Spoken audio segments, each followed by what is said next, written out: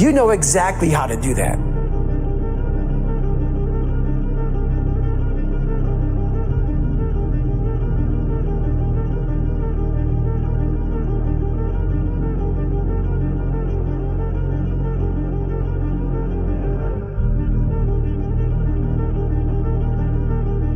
There's a lot of thought behind a person being a born loser, becoming who I am today.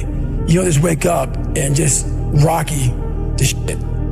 You gotta wake up and think about, there's a process to getting better, and that process is never finished. Like a lot of times, if your back is hurting, it may not be your back. It may be something else in your body that's making your back hurt. For me, I'm like, man, why can't I get past this hurdle? So like I said, I'm always examining myself every day. What is it? What is it? Well, there's only one thing you haven't examined yet, and it's going back to the beast, going back to the demon. All the times that I was like, I'm not going back, and I went back. I'm not going back, and I went back. I'm not going back, and I went back. It showed me even more of what we have as humans, if we're willing to go there and we're willing to push that extra step. A lot of people, man, how do you do what you do? At the end of the day, I ask myself one question: can I take one more step? And usually the answer is yes. So if you can answer that question and not take another step, that is real failure. That is real quitting. So a lot of people can take one more step, but they choose not to. I don't know if you can take two steps. You got to answer that question after you take the first step. But I can always take one more step, so if I choose not to, that's on me, and I got to live with that. I had just climbed a mental wall that was amazing, and I didn't want anybody to take that pain away from me at that point, because that was all confirmation. So for me, this was the new level. You don't need a lot of things. Sometimes the only thing that kept me with that one step forward was one thing. Let's not quit yet, guys. Let's think about your options. Where are you going to end up if you quit this shit? Where are you going to go? And when I got done with that race, it's the worst pain. I can't even describe the pain of that last 30 miles to anybody. No one, it's very hard. So when it ended, and I'm laying there in the worst pain of my entire life, I'm shaking, I'm jacked up, and all I could think about was, I can't believe what I just done. To me, it was humanly impossible to even think about going 30 more miles in that shape. And once you do it, what came over me when that shower hit me, and the reality hit that I just went 101 miles. And that last 31 miles was something that I can't even describe to people. And what's amazing about the human mind is that it becomes your new norm. Like, to think that I can run 200 miles, 240 miles, and that becomes like running 50. I never thought that was possible.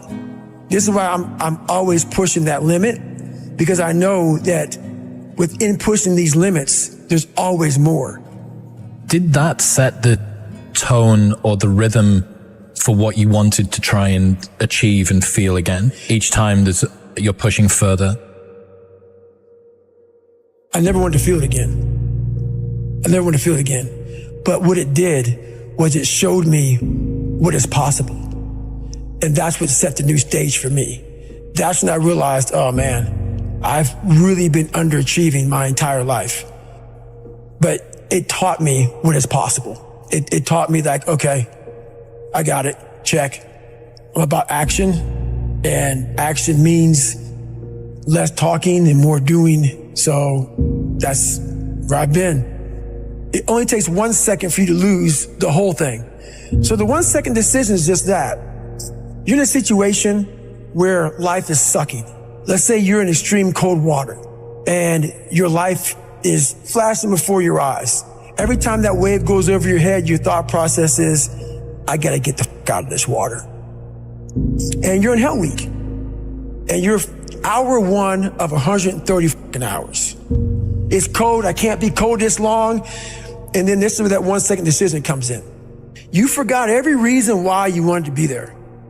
You don't care about SEALs. You don't care about any of this. You don't care about fighting for your country. All you want to do is go back home. You want the warmth. You may want something to eat. All those things of comfort are there in that 1 second. And this is where people lose. So what I do in that 1 second, because we all think about quitting when it's hard, but what you have to do in that 1 second is hard to process information during pain, because that pain takes over and you can't think rationally. You're thinking about fight or flight, save yourself. That's not a rational thought. It's not a thought that's going to get you through hard times. Most people fail that 1 second. So what happens, what I do, I start thinking logically. I calm my brain down, because your brain just wants to get the fuck out. It's about gaining control of your mind, putting things back in the proper perspective, and then saying, I really do want to be here, and I'm going to have a bunch of these 1 seconds, and I have to learn to control these, because if I fail one of these 1 seconds, I will not be a SEAL. I will not be a doctor. I will not be a lawyer. I will not be whatever the it is.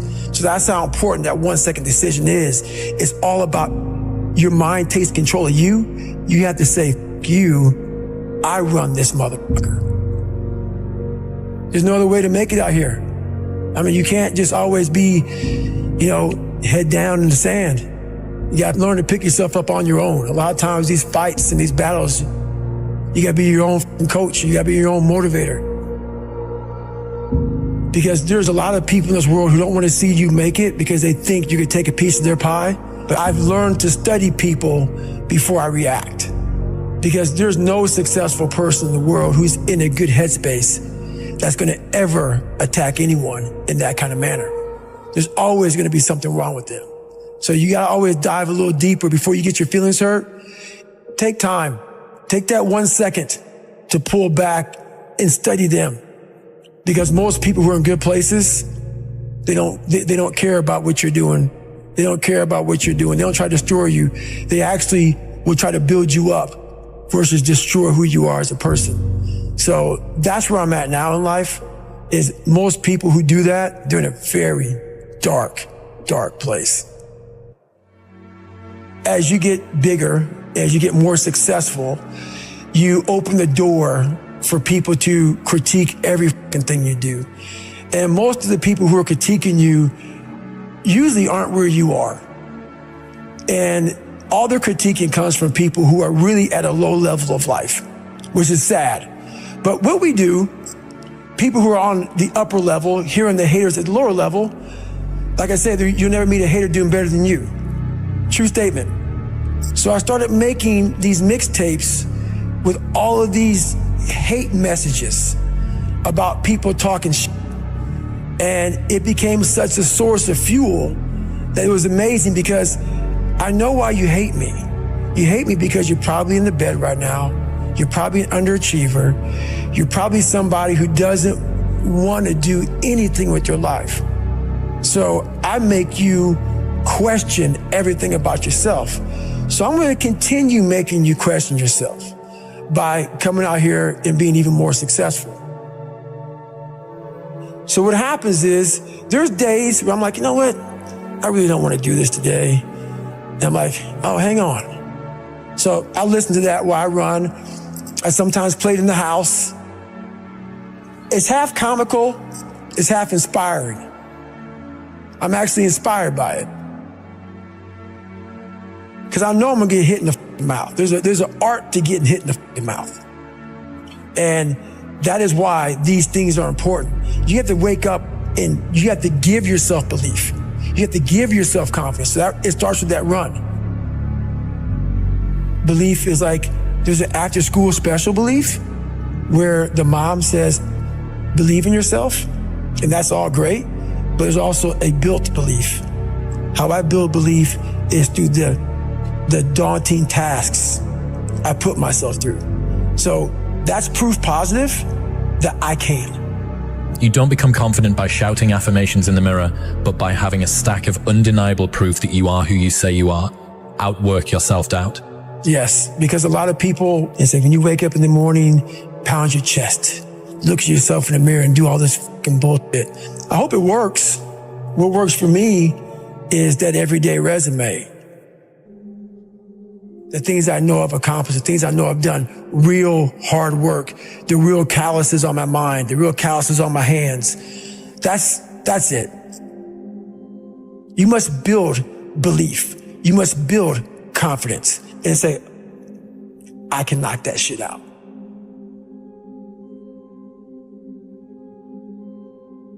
Instead of the path of least resistance, I started choosing the path of most resistance to prepare myself for the journey that was coming my way.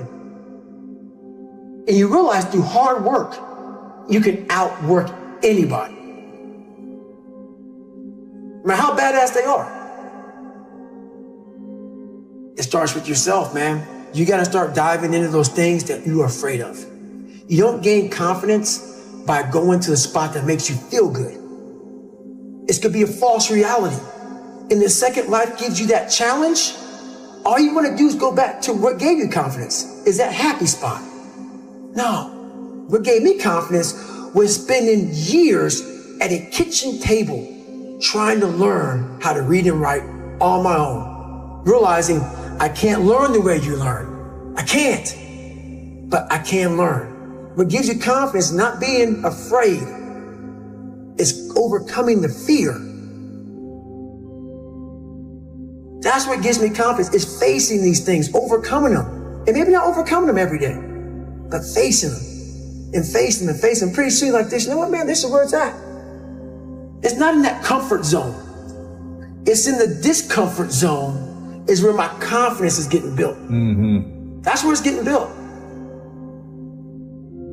Happiness, peace, enlightenment, it's all up here, man. It's all up here.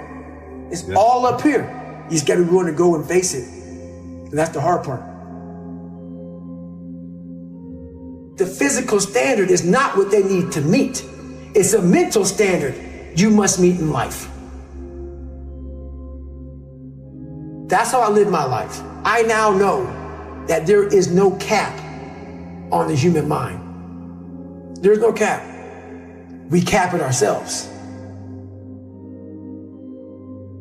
When most people quit, I had just started. Wow.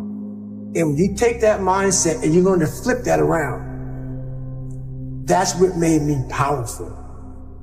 And my body followed. And so I said, I want to do this. I'm going to give myself a challenge every single day until the fear goes away. That's right. And I feel like that's what more of us should be doing. I'm hearing that that's what how you live your life. That's all it is, man.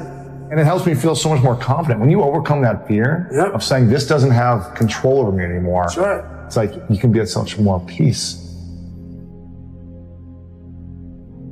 A lot of us speak in hollow words. I used to speak in hollow words. I don't do it anymore. Everything that comes out of my mouth has substance. It's real.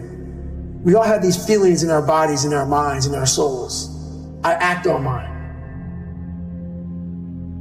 A lot of us who are afraid of something, we allow our minds to choose the path of least resistance, so we go a different route. When I'm afraid of something, it's telling me you must do that. Life is one big mind game. And you're playing it with yourself. You cannot lose perspective of where you've come in life.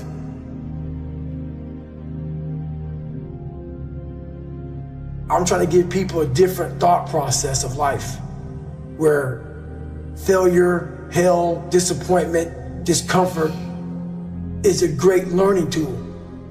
And many people don't understand that, but it's these few moments in life that you have. Like for me, I always talk about it. Rocky 1, round 14. That 1 2-minute and 13-second clip of Rocky getting up when Apollo knocked him down. That one clip, when I was going through a very bad time in my life, I saw what I wanted to be. And it wasn't a guy that won. It wasn't a guy that won everything he did. It was a guy that kept getting up after being knocked down. So I realized if that 2 minutes and 13 seconds changed my life, that's all it was. I saw something that I needed to be in the world I was living in. maybe my story will give someone the 2 minutes and 13 seconds they need to change their life. Everybody's got a story. We don't share it on social media. We share our nice life on social media. We all have a dungeon. I'm just willing to talk about mine. Mental toughness isn't something that you sample. It's something that you live in every day. Whenever hardness comes, and you don't know what it is, it may be different for you than it is for me, but you go back to your insecurities. And then when you go back to your insecurities, you then look for comfort within those insecurities. And we all look for that cookie that your mom used to give you when you were sad, when you were sick. We look for our wife or our husband. We look for comfort. It's in those moments you must retrain your mind to think differently in help. The mental standard is you must know how far you've come.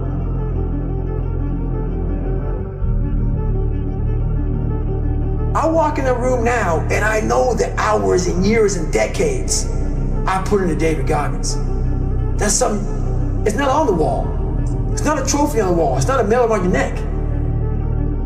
I don't care how you perceive David Goggins, because through my journey, I figured out the one piece I was missing. I thought it was cars. I thought it was women. I thought it was money. I thought it was everything. The one piece I was missing was me having the courage to face myself. Where I got my work ethic from was the hours I had to spend learning this. When you sit down and you're not smart, and you have a disability, and you still want to be at the top of your class, I didn't want to just get by. When I realized that I can learn through hard work, and I can beat the valedictorian in school if I got put in 10 hours more a day than he does. You know what kind of strength comes from that? When you're sitting down, that guy that valedictorian studied for an hour, and you know I caught you. I have the work ethic to catch you. That's where David Goggins got really invented. Was at a kitchen table with 20 spiral notebooks that were empty, and then they were full. And when you can go through that, I still have them in my storage unit. You go through these spiral notebooks of your life, and you realize this is how I learned. This is unbelievable. It wasn't until I got real sick and my life got real quiet. I went from running 205 miles in 39 hours to I couldn't get out of bed. My life was taken from me. And that's when I realized I hadn't taken time to think about what I'd done in my life. I'd done all these things, but there was no finish line. I finished a race of life, and I wouldn't even receive my medal. I go on. I get in the car and I go. When I started figuring out life, that I was leaving so much in the tank. Once I realized, my God, man, I was this dumb, fat kid being bullied, and now I'm a 180-pound person, lost 106 pounds in less than 3 months. Learn to read, learn to do this, learn to do that. I was like, I need more. I was fueling my mind with everything. And I never took time to say, my God, you came from this hell, and you're here. I had come 8,000 miles from where I started. But if you never know that, you're still in the $7 a month place. So it's that quiet place. It's that place by yourself. It's those hours and years and decades by yourself in the grip of life. When life has you by the throat and choking you out, and you're sitting there calm because you're trying to figure it out. You're not panicking. You're not quitting. You're not throwing in the towel. You're saying there's a way around this. And when you figure it out, when life has you gripped in a vice, and you can figure that out, that's when you overcome. That's when you overcome. The journey getting there was harder than going through it. Yeah. You know? So that's the whole thing about life, man. It's that journey that makes you who you are. We live in a world now that's so kind. We find the kind way around everything. Like, if you don't look good, I have to find a kind way of saying, I don't like your shirt. Right. That's not the approach. If that's the approach you're looking for, that book is not for you. Can't hurt me is not for you. The approach you have to take, at least I took, you take whatever approach you want. The conversation had to be a real, honest conversation in the accountability mirror of, guess what? I was fat. Don't find a kind word to say that, you know what? I've gained some weight. No, you're fat. When I couldn't read, not like, hey, you know, you have a learning disability. No, I cannot read. I have a 4th grade reading level. I'm struggling. And sometimes I call myself stupid. Not in a way to put myself down. So don't take it like, my God, those are so hurtful. Yeah, they're hurtful, dishonest. The conversation has to become an honest conversation of where you're at mentally. Where am I at mentally? I look like I feel like I'm falling behind in school. I'm lazy. My house is a mess. You have to look at what it is and call it what it is. Don't find words to make yourself feel better, because so we hang around people that make us feel better, that tell us what we want to hear, not what we need to hear. And so we stay away from those people. And we stay away from those people, like our internal dialogue becomes that kind, it's okay, it's not okay. So that's where it starts. It starts with that accountability of, it's not okay anymore. This can no longer be okay. And calling yourself out for exactly what you are and exactly how you need to fix it. If you walk into any kind of event, whether it be physical or mental, if you walk in with already putting that block on your mind of, man, this ain't gonna happen. People go, how did you run 135 miles to Death Valley? How did you run 100 miles with no training? Because I went into it not thinking, I can't do this, man. I went into it with a strategy. I had an open-mindedness. So until your mind is open to the possibilities that I can do this, you would never be able to do it. Once the mind starts to believe it can be achieved, it then, only then, does it start to break down tactically how we can do this. Until then, you're gonna always lose. I came home one night from work spraying for cockroaches. And long story short, I turned on the Discovery Channel. I saw some guys going through Navy SEAL training. And they were going through Hell Week and they were getting their ass just beat. You know, in and out of the water, guys ringing the bell. They were suffering. And I was weighing like 297 pounds. And I had to make a change in my life. You know, I was at an all-time low and I wasn't going anywhere. And I was exactly what everybody said I was gonna be, which was nothing. So I had to make a change. What was it about seeing suffering? That's really interesting, and I actually get it, but I want to hear you explain it. Why suffering was the thing that triggered that thought? Well, for me, growing up, I came from a horrible background. I got called nigger every day of my life growing up, lived in a small town. The Klan headquarters at that time was about 20 minutes from where I lived. Right. One of the high-ups in the KKK, son, sat behind me in 2 classes, so he called me nigger all the time. I got my first car, they spray painted nigger, we're gonna kill you on it. So I was just an insecure, scared kid. And the only way I could find myself was through putting myself through the worst thing possible. Because I'm gonna say the exact opposite of what today's world is saying. So we read a bunch of books nowadays. As humans, we wanna find out how to be someone else. What we don't do is we don't go inside. So literally turn yourself inside out. Read the book that's like we're writing a book every day of our lives, but we never read that book. Every day we're seeing who we are as people. When I was growing up, I lied for people to accept me because I didn't accept myself. So I would make up stories so then you would accept me into your world. I would, everything I did was for someone else to like me. It wasn't until I started reading my own book about how pathetic I was as a human being. I could blame my dad, I can blame kids at school, I could blame having health issues, ADD, my mom not being around. Great mom, but she was doing her thing. Right. I could blame a lot of people. And that's the book I was reading. And I put it off on everybody else. It wasn't until I said, you know what, for me to fix this, I gotta read what the f is wrong with David Goggins. Not blame anybody. Read my book and say, okay, I'm afraid of my shadow. How can I overcome that? Go in the military, get your ass kicked, do things you hate to do, be uncomfortable every day of your life. Roger that. I'm not the smartest kid in the world. Okay. Instead of somebody saying, oh no, you're smart. No, don't say that to yourself. I said to myself, no, I'm a dumb. Okay, Roger that. How do you get smarter? Educate yourself. So the things that we run from the truth. We're running from the truth, man. So the only way I became successful was going towards the truth. As painful and as brutal as it is, it changed me.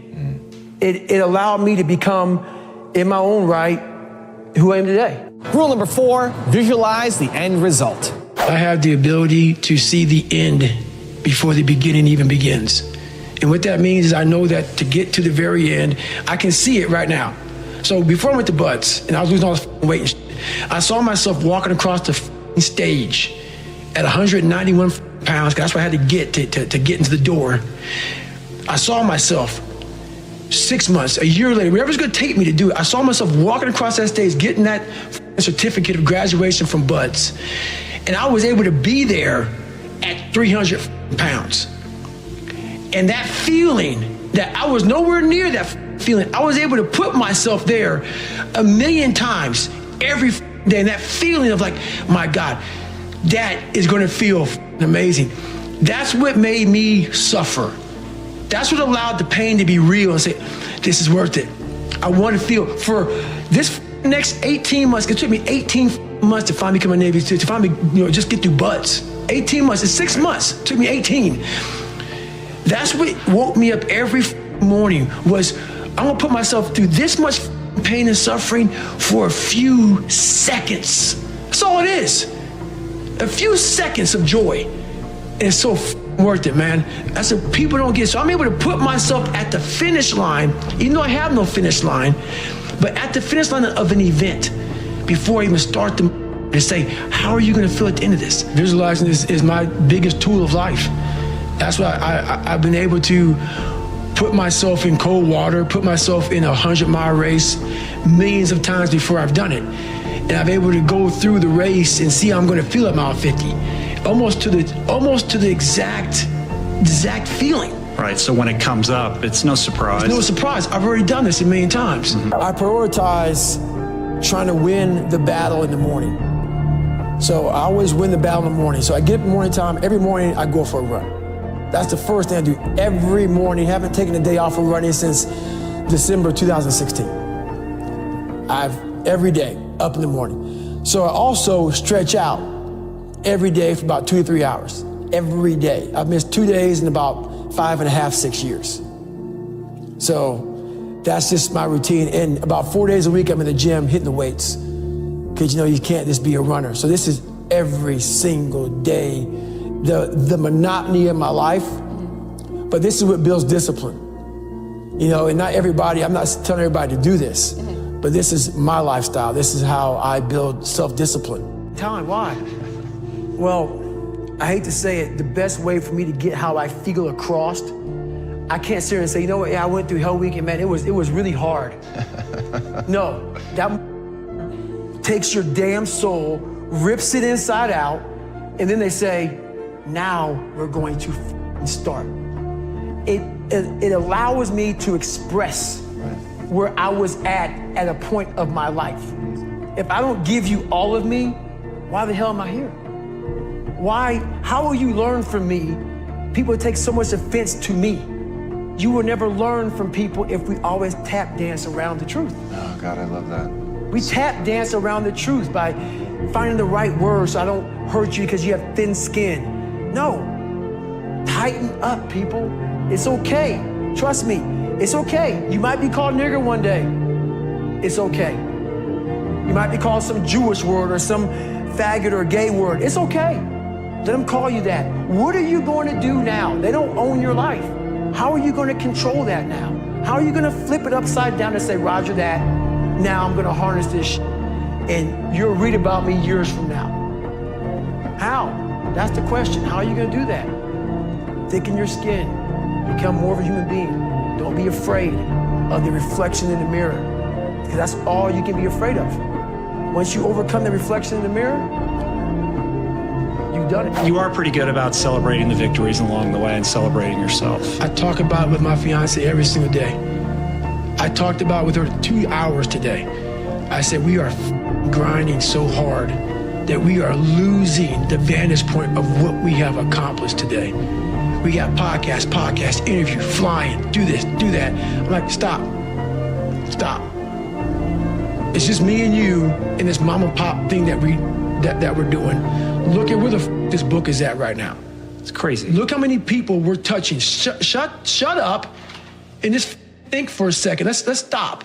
Because all we did was talk about this and this. We got to keep. I go, no, enjoy this for a second. We have to take time and realize what we've accomplished here. That's an evolution for you, man. Huge, but that's I realized, a very different David Goggins than even from a couple of years ago. Huge, because you have to. What is it all about? I want to keep on grinding. That's not what I'm saying. What I am saying though is, you have to respect what you've done. Take a second, not live in it, not sit around and say, I'm good. Sit back and say, let me look at the vantage point now that I'm at. That's why you reset the vantage point.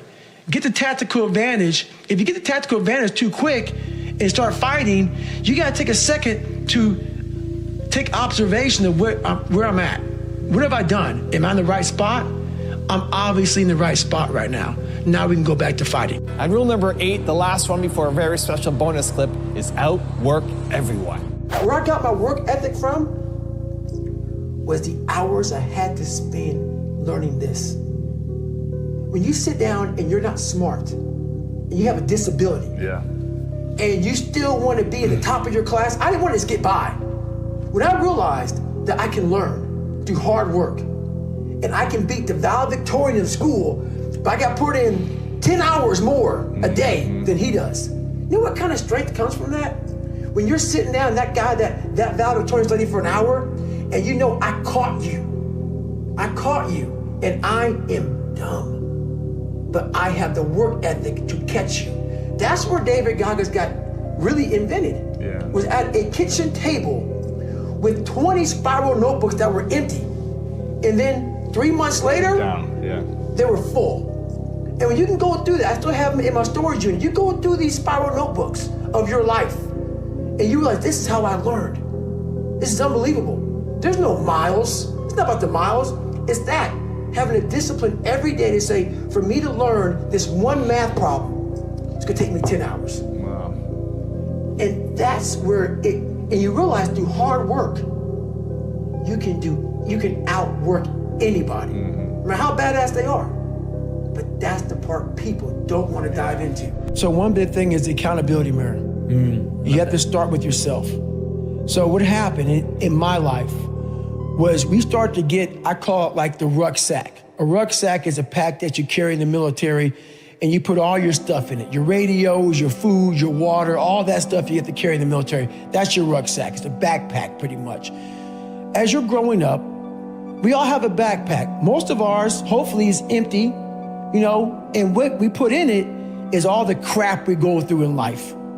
That's what is in the backpack for the civilians, and we carry it around with us. So what you have to start doing is realizing that no matter where you're at in life, I got called nigger a lot. My dad abused me, learning disability, stutters, immaturity, insecurities, self-doubt, so much crap on top of me. So much stuff. I lied a lot to create friends. So much stuff was in my backpack. No one's coming back to help me. So it starts with that person in that mirror. You have to realize you are on your own now. And whatever else you believe in, I don't care what you believe in, but on earth, it's a very lonely journey. And it starts with the accountability mirror of looking at saying, hey, my dad who beat the hell out of me is not coming back. All these things are coming back. I have to face myself. And you have to own all those things that people may have done to you. Now it's yours. You got to own it. And it's yours now to fix the problems that people did to you. It makes no sense. It's not fair. I get it. But if you live in that woe is me mentality of guess what? My dad did this to me. My mom just did to me. People who bully did this to me. You're going to always live right there. You have to figure out ways to move forward because you're not coming back. And it starts with the mirror. I call it the accountability mirror in the book. my family couldn't even swim. Yeah. You know what I'm saying? I mean, we had no athletes in my damn family, and I was a kid who kind of got the bad genes. You know, I had all these little sickly issues, all these allergic to shit. I was a little sickly kid. And it's funny how when people hear my story now, they want to put a title on me, like I'm superhuman. Yeah, like you had some special skill or capability. And I love it because basically it makes you feel better by putting a title on me. Right. You can do it too. Absolutely. Right. And so basically, it's a choice. Yeah, it's a choice. Yeah. It's a horrible choice. Right.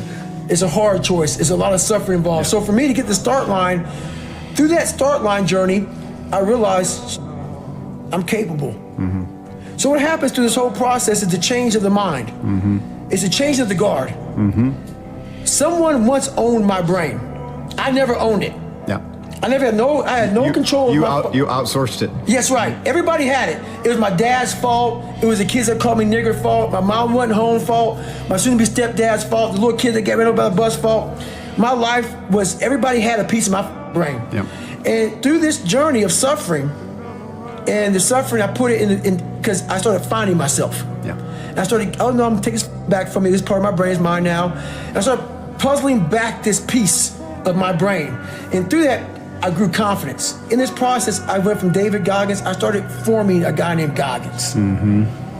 I had to really I realized I had to reinvent a whole nother human being within myself, because who I am wasn't gonna make it. This guy is not gonna cut it. So I had to be a guy who can take any kind of pain, any kind of suffering, any kind of torture, mentally, physically, emotionally, spiritually. I had to have the people who, I had to visualize everybody that called me nigger. You had to be in a room of people like this. I had to make up these things in my mind, the things I had to overcome.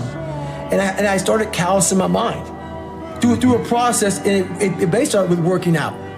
It started with working out. It started with doing, like, if it started raining outside, for instance, my mind would say, F that, man, I don't want to go run. If it was 3 o'clock in the morning, it started raining outside, my mind said, you got to go Get run. up and go run. You have to, because I was fighting this other person. So you essentially tried to do everything you didn't want to do. That's all it was, period, dot. Everything I didn't want to do is what got me to where I'm at today. Interesting. Every single thing. So where we find comfort, that's where I started getting scared.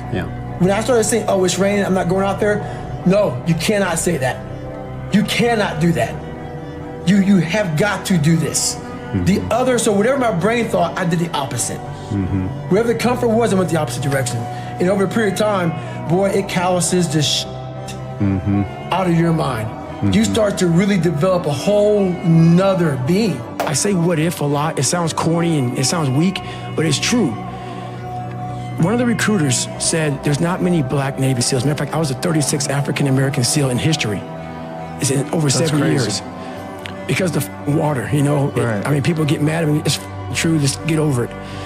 And so I was like, man, what story would it be if my fat, dumb, lying to be friends with people, insecure ass can overcome this? And that what if mentality, like that dreamer mentality, just would always fuel me. It would just fuel me, man. What if I can be a SEAL, man? What if I can go from running a quarter of a mile, now I run 205 miles. What if I can go? What if I can go? And what if, how would that feel if I'm graduating? Because I'll never forget at that graduation thing I was talking about, 224, like the video I sat down and watched. This commanding officer stood up and he said to the graduation guys who are graduating buds, like 18 of them, he said, we live in a society where mediocrity is often rewarded. And he went on to say something about these men detest mediocrity. And I wanted to be a man that detests mediocrity. My biggest advice to give everybody in the world is, like I say, we live in an external world. Everything is you got to see it, touch it, it's external. If you can, for the rest of your life, live inside of yourself, stop listening to people who are calling you fat, gay, transsexual, nigger. Everything that is makes no sense. All these insecure people putting their insecurities on you, you gotta flush it out. You gotta just be whoever the hell God or whatever the hell you believe in. If you believe in nothing but yourself, I don't care what it is. You gotta take everything and throw it away. You have to believe in one thing, and that is yourself. And And I'm not saying don't believe in God or what you believe in, but right now, for you to find greatness in yourself, you're not gonna find it by looking in a book or by even hearing me. I may give you the spark, but you've got to go inside yourself to find it. And that means you gotta be quiet. Shut the f up, go in a room, stop talking, search your soul, search your mind, search your abilities, and you'll find it. But if you're not looking for it, you won't find it. So you gotta go start your journey. And the journey starts with you finding, why the hell am I here on this planet Earth? Why am I here? And if you don't know that, you will live the rest of your life searching, always asking the question, why? Growing up, being the kid I was, I found strength in different movies. Yeah. So I come home, in one movie I found a lot of strength, and as funny as it may seem, but I visualize this scene. I do it today during the pull-up record. I did 4,030 pull-ups. Yeah. The last time I did it, I actually got it. It took me 3 times. I played one song for 17 hours pretty much.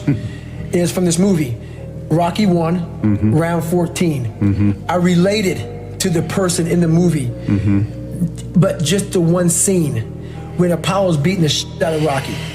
He falls in the corner, and everybody, and Rocky, and Apollo turns around, arms up, happy as shit. I got this guy. He turns around not knowing that Rocky's trying to get up off the canvas. Right. Mickey's his trainer saying, stay down. Right. Everybody's saying, you did good. You did good. You went 14 rounds with the champ. Rocky didn't hear shit. He got up, and what sticks in my mind today, and I'm seeing it right now, when he got up, Apollo starts to turn around to see the aftermath of what he just destroyed. And he did not expect to see what he saw. Right. And what I see out of the whole movie, I see Apollo Creed's face. Yeah, fear crept in. Yes. Yep. And I said to myself as a young kid, I want to be that. I don't need to win. I don't need trophies. I don't need people to like me. I just want what he has. Yeah. A fictional character, whatever the hell it was, I want that. And I visualized that.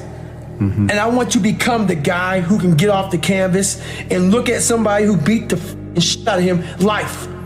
Yeah. I'm talking about life right now. Yeah. And life, even life itself puts their head down towards David Goggins. Yeah. This is not going to stop. Right. So that mentality became what I wanted. Nice. And that's how it started, with that visualization of the canvas.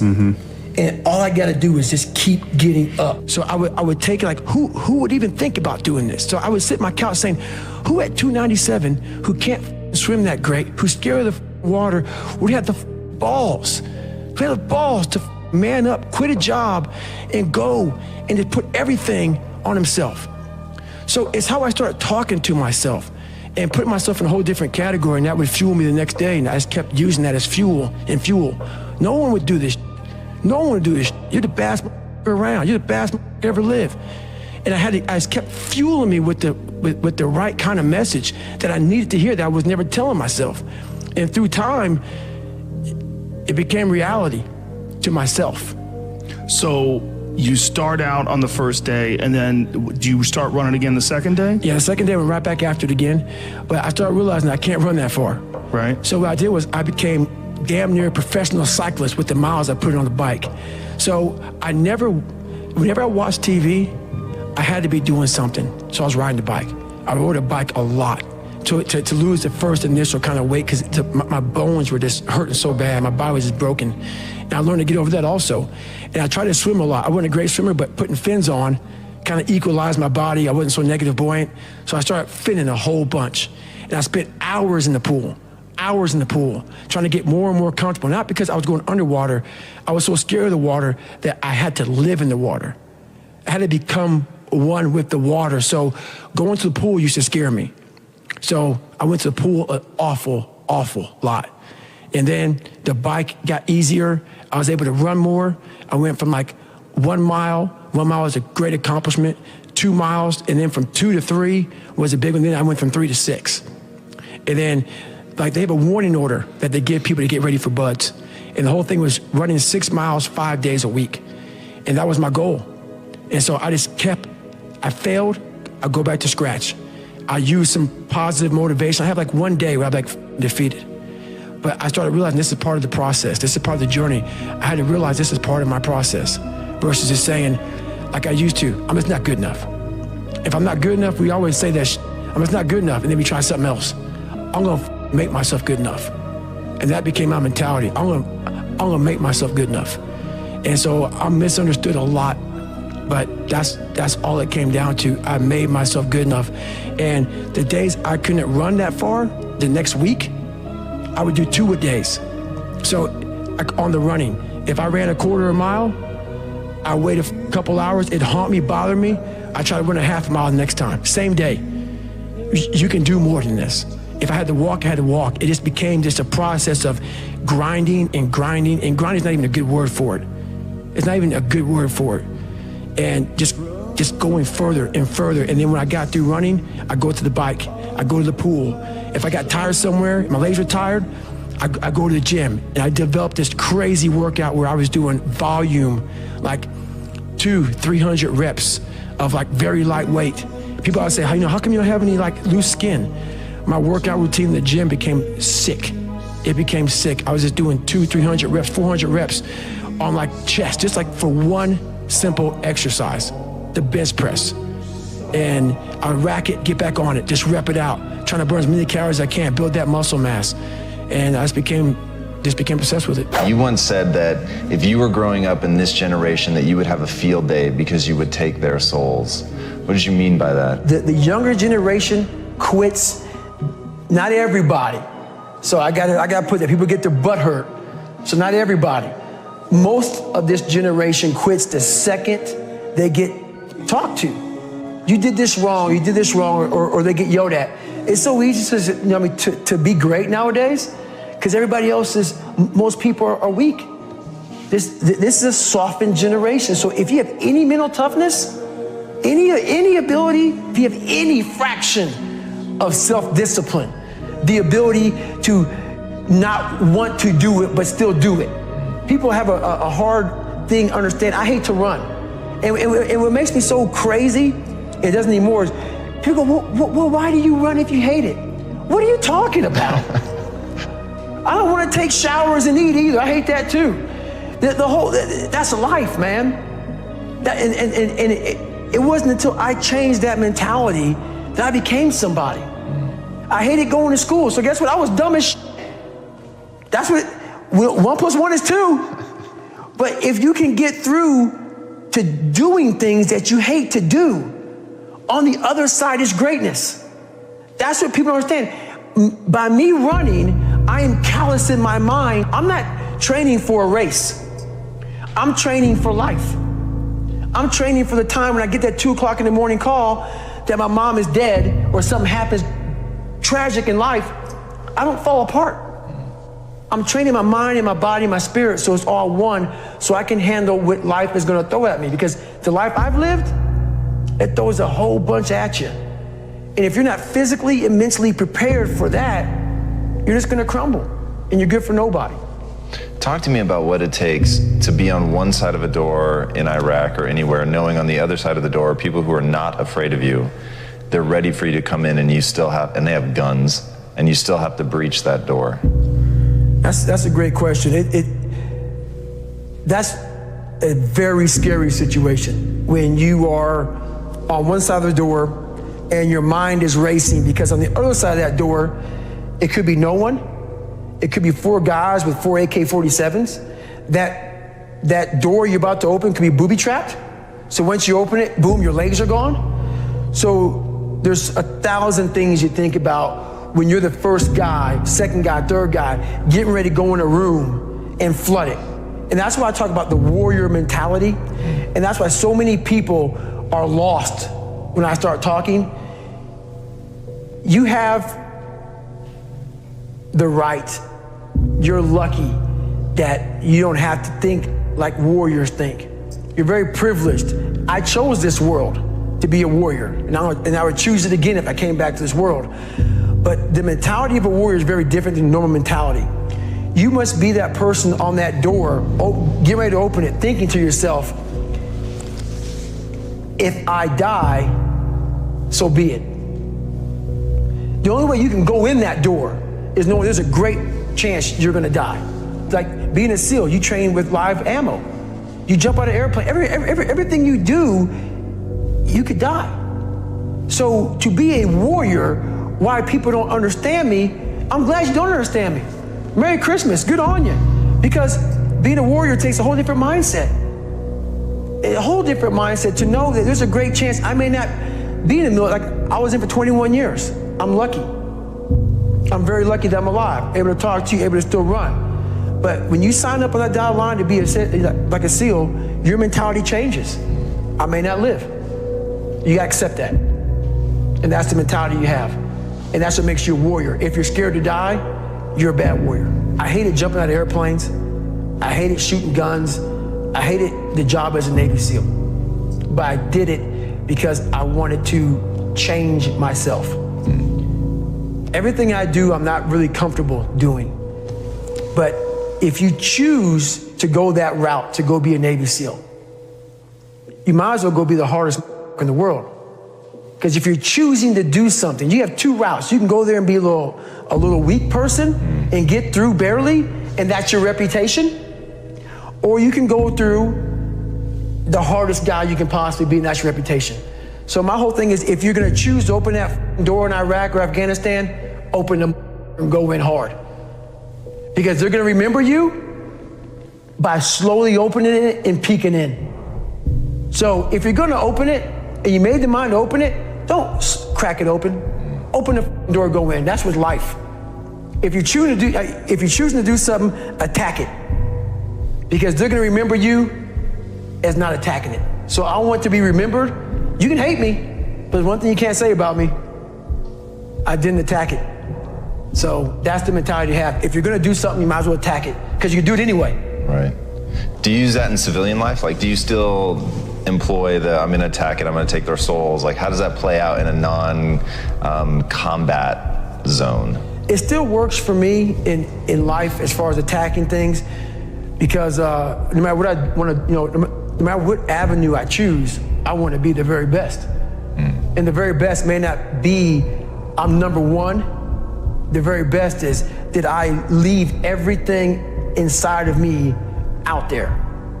So attacking is not like, oh, I want to win this or win that or be the best. The best is I'm running against myself in everything I do, and that's what I attack. I attack myself. I'm always questioning myself.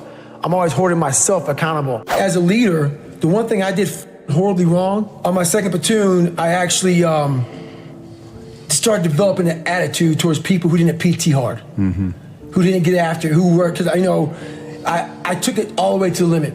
And so I should have been a better leader by knowing, okay, not everybody wants to be David Goggins. Yeah. Not everybody wants to go run 100 miles. Everyone's got different skills. Everybody got different skill sets. Yeah. And everybody, maybe they want to go to the gym, whatever. The gym is fine, but it was just a different standard. So I couldn't take away my standard for the whole of the group. Interesting. I looked at people like, F you, man. You ain't trying to get hard, F you. So my mentality, I wasn't a good leader. And I look back on that now, trust me, a lot of people could have done things differently. I'm taking accountability for what I could have done differently. Right. Good. I looked at that, so my mentality from a weak kid became super hard, like beyond hard, next level hard. And but that's what I thought I was getting myself into. As a leader, I should have stepped back and realized, hey, these are your expectations, David Goggins. Right. What are we here to accomplish? Right. It's important to lead by example. And when I say lead by example, if you're the leader, it's the loneliest job on the planet. And if you do it, you have to be up early. You have to leave late. You got to do the sucky jobs. At least that's how I look at it.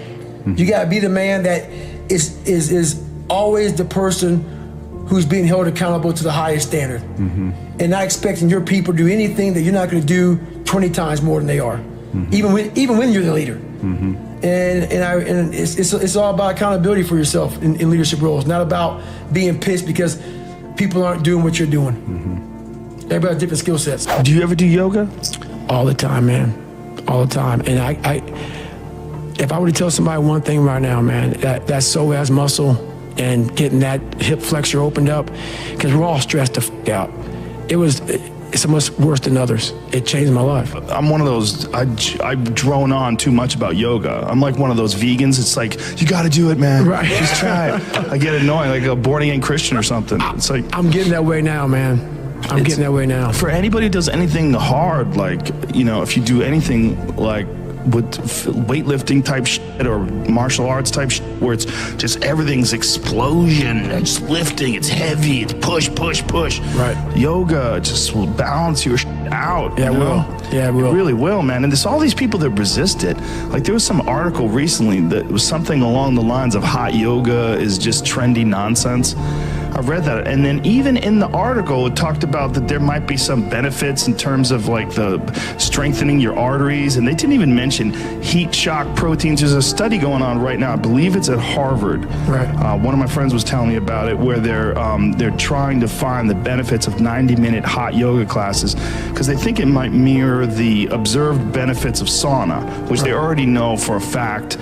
Has big benefits because of your body producing heat shock proteins to deal with the heat. Right. That's why I put that sauna in here, man. I go in that for all the time. Well, no one can tell me it doesn't work. It's big. It's proof positive. It changed my life. It wasn't a medication or this or a drug. It was stretching. Yeah. It was yoga, stretching, all that stuff combined changed it. So when things hit you in life that you're afraid of or you're not good at, the first thing you're going to say to yourself is, why am I here anyway?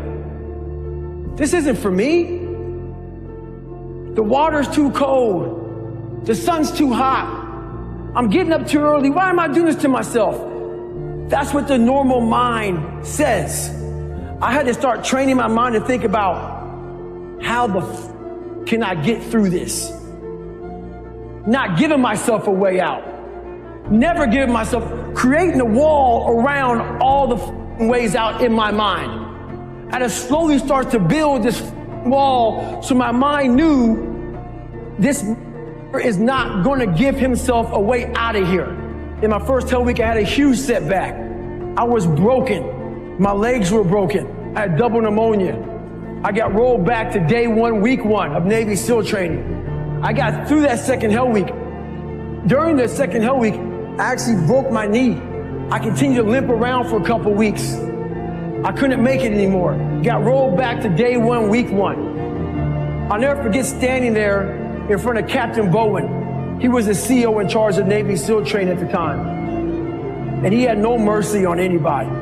If he believed in managing your expectations, I wouldn't be here today. He challenged me again. I was challenged my whole life, not by the mindset of managing expectations, by exceeding expectations, not by managing them. I'm standing there with crutches. I'm sitting in his office. He looks at me. He goes, Goggins, this is your last time. We're going to push you through Navy SEAL training. This will be your 3rd hell week in 1 year. We're not going to put you through a 4th. So this is your last time. I'm sitting thinking, how am I going to get through this? I'm badly jacked up. My legs are broken. My knee is messed up. And he goes, you have a couple of months to get better. A couple of months isn't going to do it. I won't get healed up in a couple of months. But I realized I'm going to get through this shit. I'm going to find a way to get through it because why? I put barriers in my mind. So my 3rd hell week, I went in there with pretty much, I would put a black sock on first. I would get duct tape. And I duct taped my ankles all the way up to my calf every single morning. And then I put another black sock over it. And what that did, that prevented me from moving my ankle. So I didn't really, I wasn't flexing my shin as much. And I started running with just my hip flexors. In this hell week, it was a bad hell week. We had a guy die on Thursday morning of hell week. I went on to become a Navy SEAL. Greatness is not something that you meet once. It's something that you meet thousands of times in your life. And you don't reach it if you're not constantly in constant pursuit of greatness. So if my mind were to say right now, I'm great, I just lost. We're going to grow. We're not going to triple down on our strengths. We're not going to do that crap. We're going to work on our weaknesses so we grow. We need friction to do that. Without friction, there's no growth. Without friction, there's confusion. Confusion is, David Goggins, how did you become who you are today? I put a bunch of friction in my life, and I grew. That's how I did it. You know how you get mentally tough? It's a lifestyle. Instead of hitting that snooze button in the morning and not making your bed, not cleaning your house, you don't hit the snooze button. You get up. You don't want to go run, you go run. You don't want to go swim, you go swim. You don't want to make your bed, you make your bed. You don't want to clean your house, you clean your house. You don't want to study, you study. That's how you start to callous your mind. So that became my life. If you say you're going to wake up at 4 o'clock in the morning to go run, wake up at 4 o'clock it's going to suck. It's not going to be fun. Do something that sucks every single day of your life. That's how you grow. Embrace the suck. I was in Spanish class, obviously, opened my notebook up and said, nigger, we're going to kill you. Had a drawing of me and actually talked to the principal because I'm in the process of writing my book right now. Mm-hmm. His name is Kurt Freeman. He goes, yeah, I talked to him 2 days ago. No kidding. He said, I remember like it was yesterday. So I left my class, just didn't tell a teacher, went right to his office and showed him it, and he said, and I wasn't a good speller at all, obviously. I copied. And they spelled nigger Niger. I didn't know how to spell a nigger, you know what I'm saying? They spelled nigger Niger. So he looked at me and said, they're ignorant. And that was the best advice he can give me. Yeah. My mom was working 3 jobs. I was a latchkey kid. I was on my own. Mm-hmm. I did my own thing, man. I missed almost all of my junior year of high school, never went to school, just did my own thing. And that was a turning point when I really realized I was on my own. Mm-hmm. I mean, it just kind of hit me. Like, the best advice you can give me is just spell nigger Niger. Mm-hmm. And pretty much, I think he called my mom up and I went back to class. And I realized that life isn't fair. It's not fair. Mm-hmm. And you better figure out some tools and some ways to stop feeling sorry for yourself, because no one is coming to rescue you. No one feels sorry for you. Right. And at the end of the day, no one really cared about me. Mm-hmm. That's how it felt. Mm-hmm. That was the reality of it. Mm-hmm. Your mind is so powerful. And I didn't realize it. I went through 3 hell weeks, Ranger School, Delta Force selection, all this stuff. This incident I'm going to explain to you right now was where I realized we are only at 40% of what we are capable of. Here I am, right idea to do this race called Badwater 135. I Googled the 10 hardest races in the world. What came up? Crazy race in Death Valley. Summertime, 135 miles. I knew nothing about ultra running. I thought you would camp out, run 20 miles, then one day, then run 20 miles again until you got 135 miles. I had no idea what I was doing.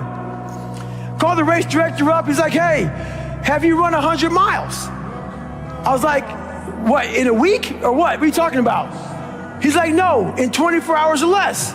I said, no. He goes, you got to qualify to get in this race. You have to run 100 miles in 24 hours or less. He was trying to call my bluff. I call him up on a Wednesday. He goes, hey, there's a race in San Diego on Saturday, where it's a 24-hour race where you run around, a track, a 1-mile track for 24 hours. And if you get 100 miles, I will consider you in my race. It really helps to be smart, people. And I was not smart in this situation. I said, I did the math. It's about a 14-something minute mile. I can do that. Anyway, I show up on Saturday with the blue lawn chair, Ritz Crackers Mileplex, and my ex-wife.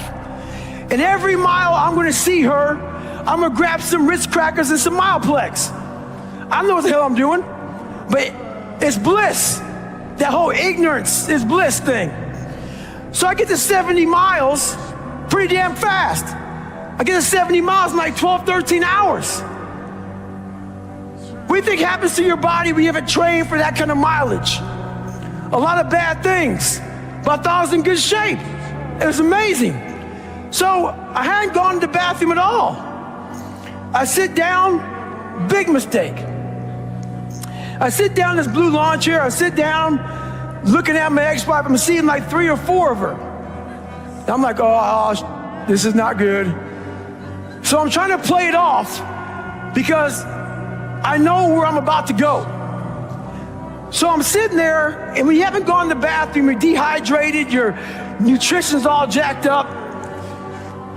You sit down, you gotta go to the bathroom now. So I look at my ex-wife and go, do you love me? She said, yes. Why? I go, because I want to take a shit on myself right now. I can't stand up because my blood pressure's all messed up. So I'm sitting there literally pooping up my back and peeing blood down my leg. She's a nurse, so she's concerned. And I'm telling you right now, there's one thing you never want to hear as a black person. She said, you're starting to turn white. So I'm sitting there and I'm all jacked up. And I'm like, okay, how in the world am I I got 30 miles to go. I should quit, but I didn't. What I started doing through this whole process was I started to study myself in the dark times. So instead of just quitting real fast, I said, no, I'm going to quit, but not right now. So I sat back for a second and I said, let me get some water, let me hydrate, let me clean myself up a little bit, let me get some nutrition. I wasn't dizzy. So, okay, my feet are all messed up. Let me see if I can walk. I'm gonna walk 1 mile and then I'll go home. That'll be a great accomplishment for me, 71 miles. So I took this massive thing and I started breaking it down into small chunks. And as I started breaking it down into small chunks, I started realizing maybe I'll walk 1 more mile. But at the pace I was walking, I wasn't gonna make the time. So this is when I realized that whole 40% rule. Those of you who worry, red can't hurt me, you understand it. Basically, the 40% rule is when we have a governor on our brains, like a governor on a car. A car may say 130, but if you put a governor on a car, it can only go 101. We do the same thing to our brains. I was born with limited horizons, born on the other side of the tracks. I didn't think I could be anybody. So my governor was myself. So once you take that governor off, you have limitless horizon. We live in a world that we want to be as comfortable as we can. And we wonder why we have no growth. We wonder why when the smallest thing in our life gets difficult, we wonder why we cower and we run away. Because we are kind of living our whole life is set up that way. Our whole life is set up in the path of least resistance. We don't want to suffer. We don't want to feel discomfort. So the whole time we're living our lives in a very comfortable area. There's no growth in that. So for me, I realized that. The reason I became 297 pounds is because that was comfortable.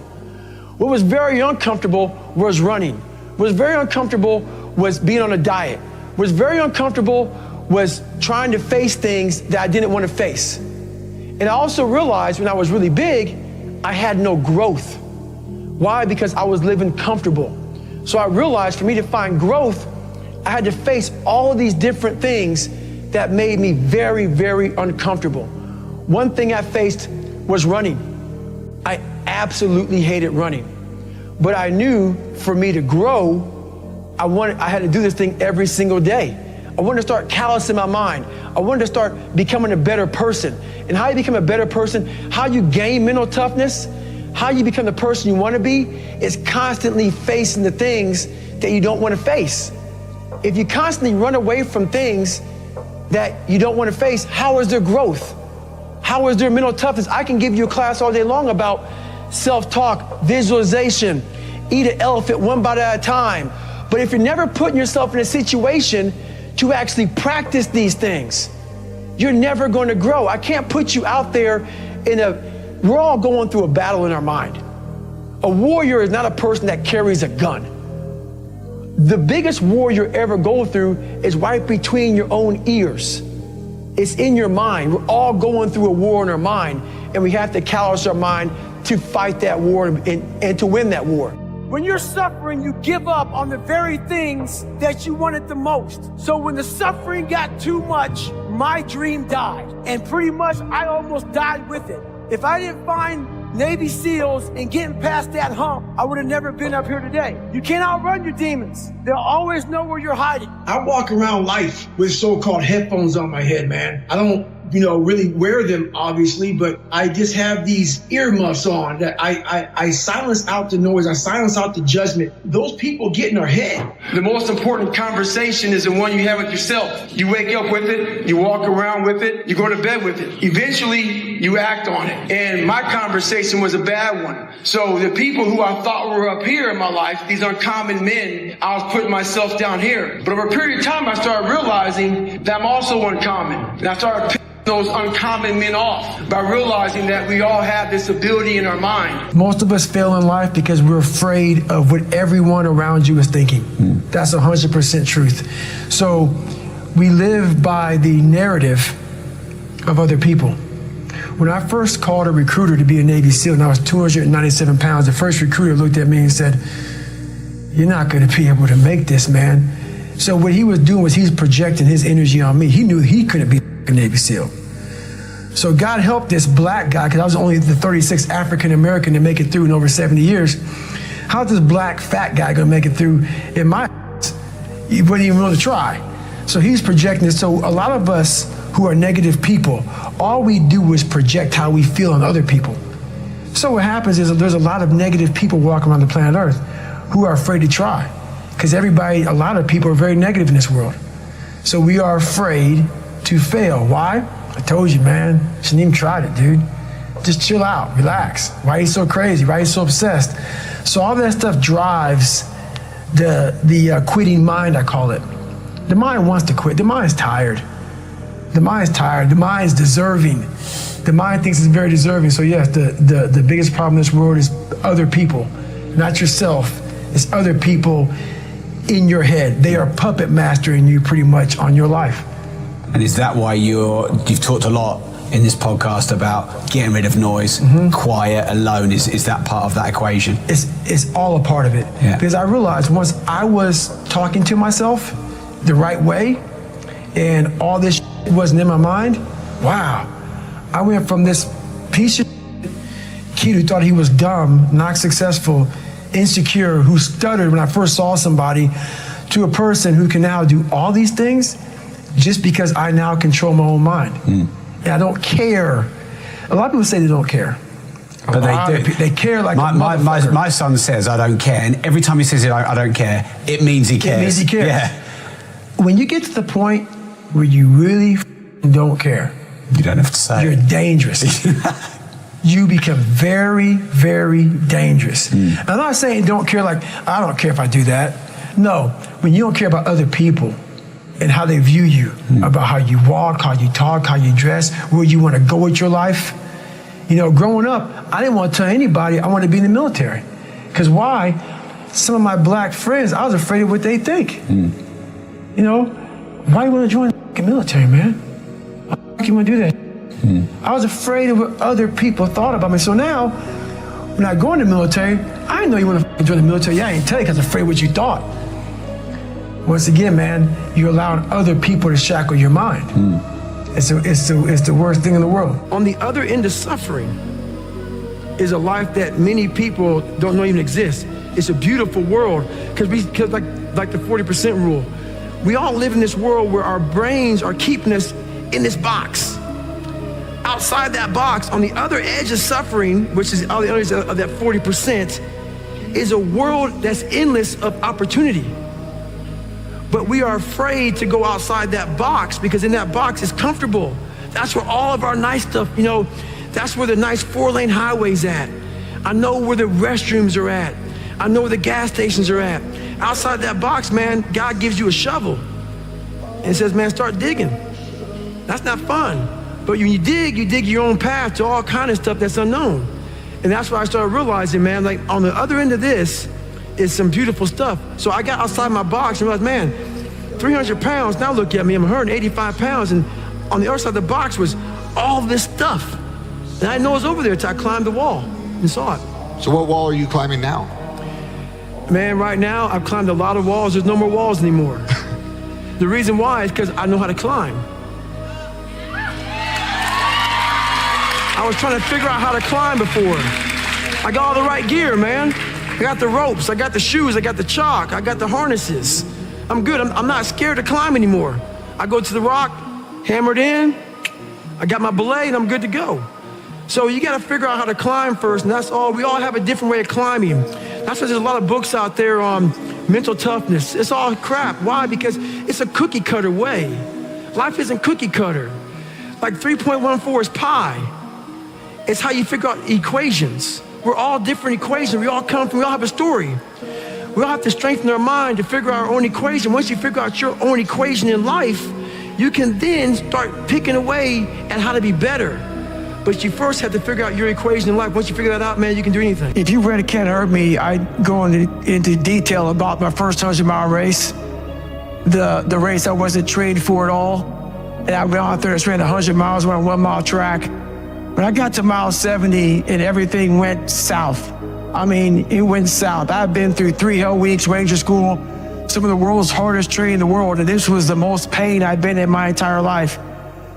When I sat down in that chair and went to the bathroom myself and everything went south, when I had 30 miles to go and I was in the worst shape of my life, and I won't get too deep into it, but when I was able to go 30 more miles in the worst shape of my life, that's when I talk about it in the, It Can't Hurt Me, the whole mental governor got removed. And that's when I realized that a human being is able to do some of the most, horrific things out there. We are built very different. Like a lot of us, we're taught everything: how to read, how to write, how to drive a car, how to cook, how to clean. But very few of us are taught how to survive when the rug gets pulled from underneath us and we have to find more. Very few of us are taught how to fight. And at that moment, that 30 miles was about 10 years of life that I lived in 30 miles. And I learned how to fight in the hardest of times, in the worst shape of my life. Do you want to do this or not? Do you actually want to do this or not? Do you actually want to do this or not? Because if you actually want to do it, what's going to stop you? Nothing. And if you don't really want to do it, what's going to stop you? Just about anything that comes up. Just about any obstacle that gets in your way becomes an excuse. It becomes a reason. It becomes a rationale for not proceeding down that path. Done if you wasn't trying to impress nobody, if you was just being you. I'm thinking, like, how many mistakes have we made trying to be what they want us to be? What if we could just be who we were? Like, what would we be doing if we weren't worried about them? So I'm challenging you. When you walk out of this room, I'm challenging you to do you. I'm challenging you to do you. It's not about being perfect. It's about just every day, one step at a time, trying to be better, trying to do more. And I think a lot of people are struggling to find that purpose, but it's okay. You will find it. Do not give up. Keep getting up, just keep saying those things to yourself and you will eventually find it. It's never going to be given to you. Everything's going to be earned. If you don't go out there and put in the work, you don't go out and put in the effort, 1, you're not going to get the results. But 2, more importantly, you don't deserve it. You didn't earn it. If you love something, if you have a strong passion for something, you would go to the extreme to try to understand or try to get it. I hate losing, but I have to respect losing because losing is a part of winning. And you never just, win. You got to lose to win. How can I do things different? How can I change? But you got to look at yourself in the mirror because that's how things get started. And you got to be willing to change. Dedication, hard work, dedication, hard work. On one-man army. The world can go against me. I'm still coming on top. I got God on my side. There's a quote that says, when you know yourself and you know your opponent, there's no need to fear the results of over 100 battles, which means not being naive and saying, oh, I'm better here and I'm better here. You got to know where you suck. Yeah. And you got to know where you're good. Yeah. And I know where Rampage is really good. And I also know where he really sucks. I think he's trying to bait me to get in this big kickboxing match with him or boxing match with him.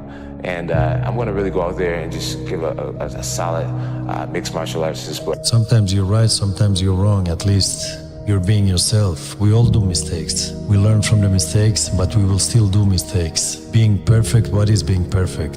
You build up something that doesn't exist. For me, perfection is being yourself, and I am being myself. People like it or not, I don't care as long as I'm being myself. My view is like, you can't control the outcome all the time. Sometimes it should go the other people's way. It shouldn't always go your way. So you get motivated by the losses, you stay motivated through the winning. What you can control is your process. You can control those intangibles. You can control the work ethic, the consistent discipline, your attitude, your culture, how much you care. All those things are in you. They just need to be drawn out of you. We live by this and we die by this. We don't retreat. We don't run. Every man must search his own soul. That's why that Martin Luther King quote, that's why I say like you don't judge a person by where they stand in times of comfort and convenience. You judge them by where they stand in times of challenge and controversy. And if you ain't work, like when you work for something, it gives you a different type of attachment to it. The harder you work, the harder it is to surrender. That's why cats can give up so easy. They ain't got nothing invested. They ain't worked for it. They ain't sacrificed for it. Every time it get tough, they go blow weed. They ain't working for it, right? They ain't got nothing sacrificed into it. But when a cat work for something, like when a cat been sacrificed for something, well, you gonna have a cold day in hell before you take it from them. Because they value it different. Go back to the gym, work, because you have more to show. You understand? Life continue. You cannot live in the past. I'm really good on that, you understand? I learned by the years that, listen, Cristiano, let's go. Because pain, you're gonna have all the time, uncertainty, and constant work. Constant work, constant work. Doesn't matter what's happening. It's gonna happen in your life. You have to continue. This is the way I see the life, and football special. Be the guy who embraces the ugly, the miserable. Be the guy who embraces hard work, the grind. Don't be afraid of being hurt. Don't be afraid of sacrificing some blood. John, you should want this fight to be miserable. You should want this to hurt. Be the guy who thrives in that. And I felt like I was that guy tonight. Nothing is easy. Like running is running. It sucks, but you have a choice to make. Do you want to sit down and go back to that guy you once were? No. So this is what it takes. The barbaric life that I live, that you have to live, the almost obsession that you must have to be great, you can't put that shit in a fucking book, bro. You can't put it in a book. You can't write about it. Every second of the day, he is trying to extract more from something. He's constantly thinking, he's constantly disciplined, never going off the path. It's a conqueror's mindset. I'm almost 50, and I've been this way for almost 30 years. Stop being driven by outcomes. Stop being driven by, if I get this, I'm gonna do this. Just work. And if you don't get what you thought you were gonna get, show up and still go to work. Because along the process, what's more important, what you acquire or who you become? And a lot of people think what they acquire is the thing that makes them who they are. No, it's who you become in the process of chasing what you want to acquire.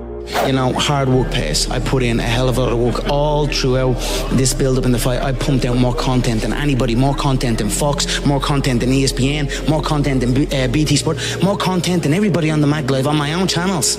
You know what I mean? I'm a workhorse from all angles, not just in the gym, but I'm building this media empire now myself, and we pumped out the content. I'm very proud of how it went. We consistently, daily movies I was releasing, you know, from like a month ago, every single day. You know what I mean? Nobody's doing that. So I'm very proud of it, and I'm very, like, the work pays, hard work pays, and I put in the fucking work, and that's why I'm sitting at the top. I put it all on the line. I show up, I perform, and I get the results from that. So your brain's amazing.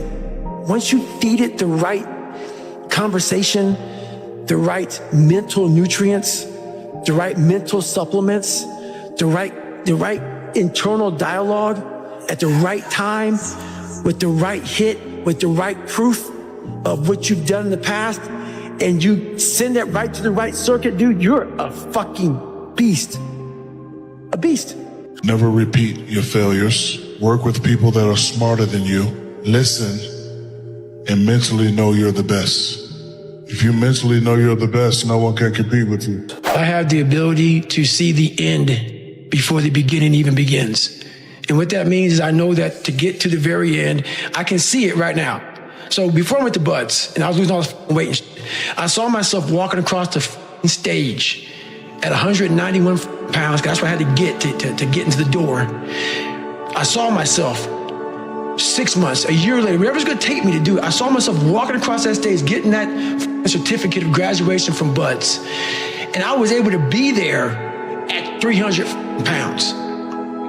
And that feeling that I was nowhere near that feeling, I was able to put myself there 1,000,000 times every day. And that feeling of like, my God, that is gonna feel amazing. That's what made me suffer. That's what allowed the pain to be real and say, this is worth it. I want to feel for this next 18 months. It took me 18 months to finally become a Navy SEAL, to finally, just get through Buds. 18 months, it's 6 months. It took me 18. That's what woke me up every morning was, I'm gonna put myself through this much pain and suffering for a few seconds. That's all it is. A few seconds of joy. It's so worth it, man. That's what people don't get. So I'm able to put myself at the finish line, even though I have no finish line, but at the finish line of an event before I even start them, and say, how are you gonna feel at the end of this? Visualizing is my biggest tool of life. That's why I've been able to put myself in cold water, put myself in a 100-mile race millions of times before I've done it. And I'm able to go through the race and see how I'm gonna feel at mile 50.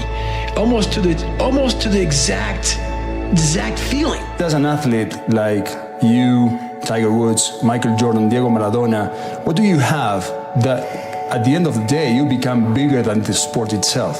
I don't think we're necessarily bigger than the sport. I just think that we've had so much success in the sport. And I think it's in the way we've done it, whether it's through just pure dominance, or maybe someone may have a more flashy personality as well as dominating. Some people are, they may do it differently than anyone's ever seen it done before in the past. And I think that's where I think people kind of gravitate towards. What Messi and Ronaldo are doing now in soccer is just phenomenal, but two different ways of doing it, right? And then you have Jordan coming into the league. He did it completely different than anybody else. And then when I came into golf, I done it differently because no one had ever trained. No one ever lifted weights. No one ever ran miles. No one ever did just wind sprints. No one ever did any of those things in golf, so I did it differently.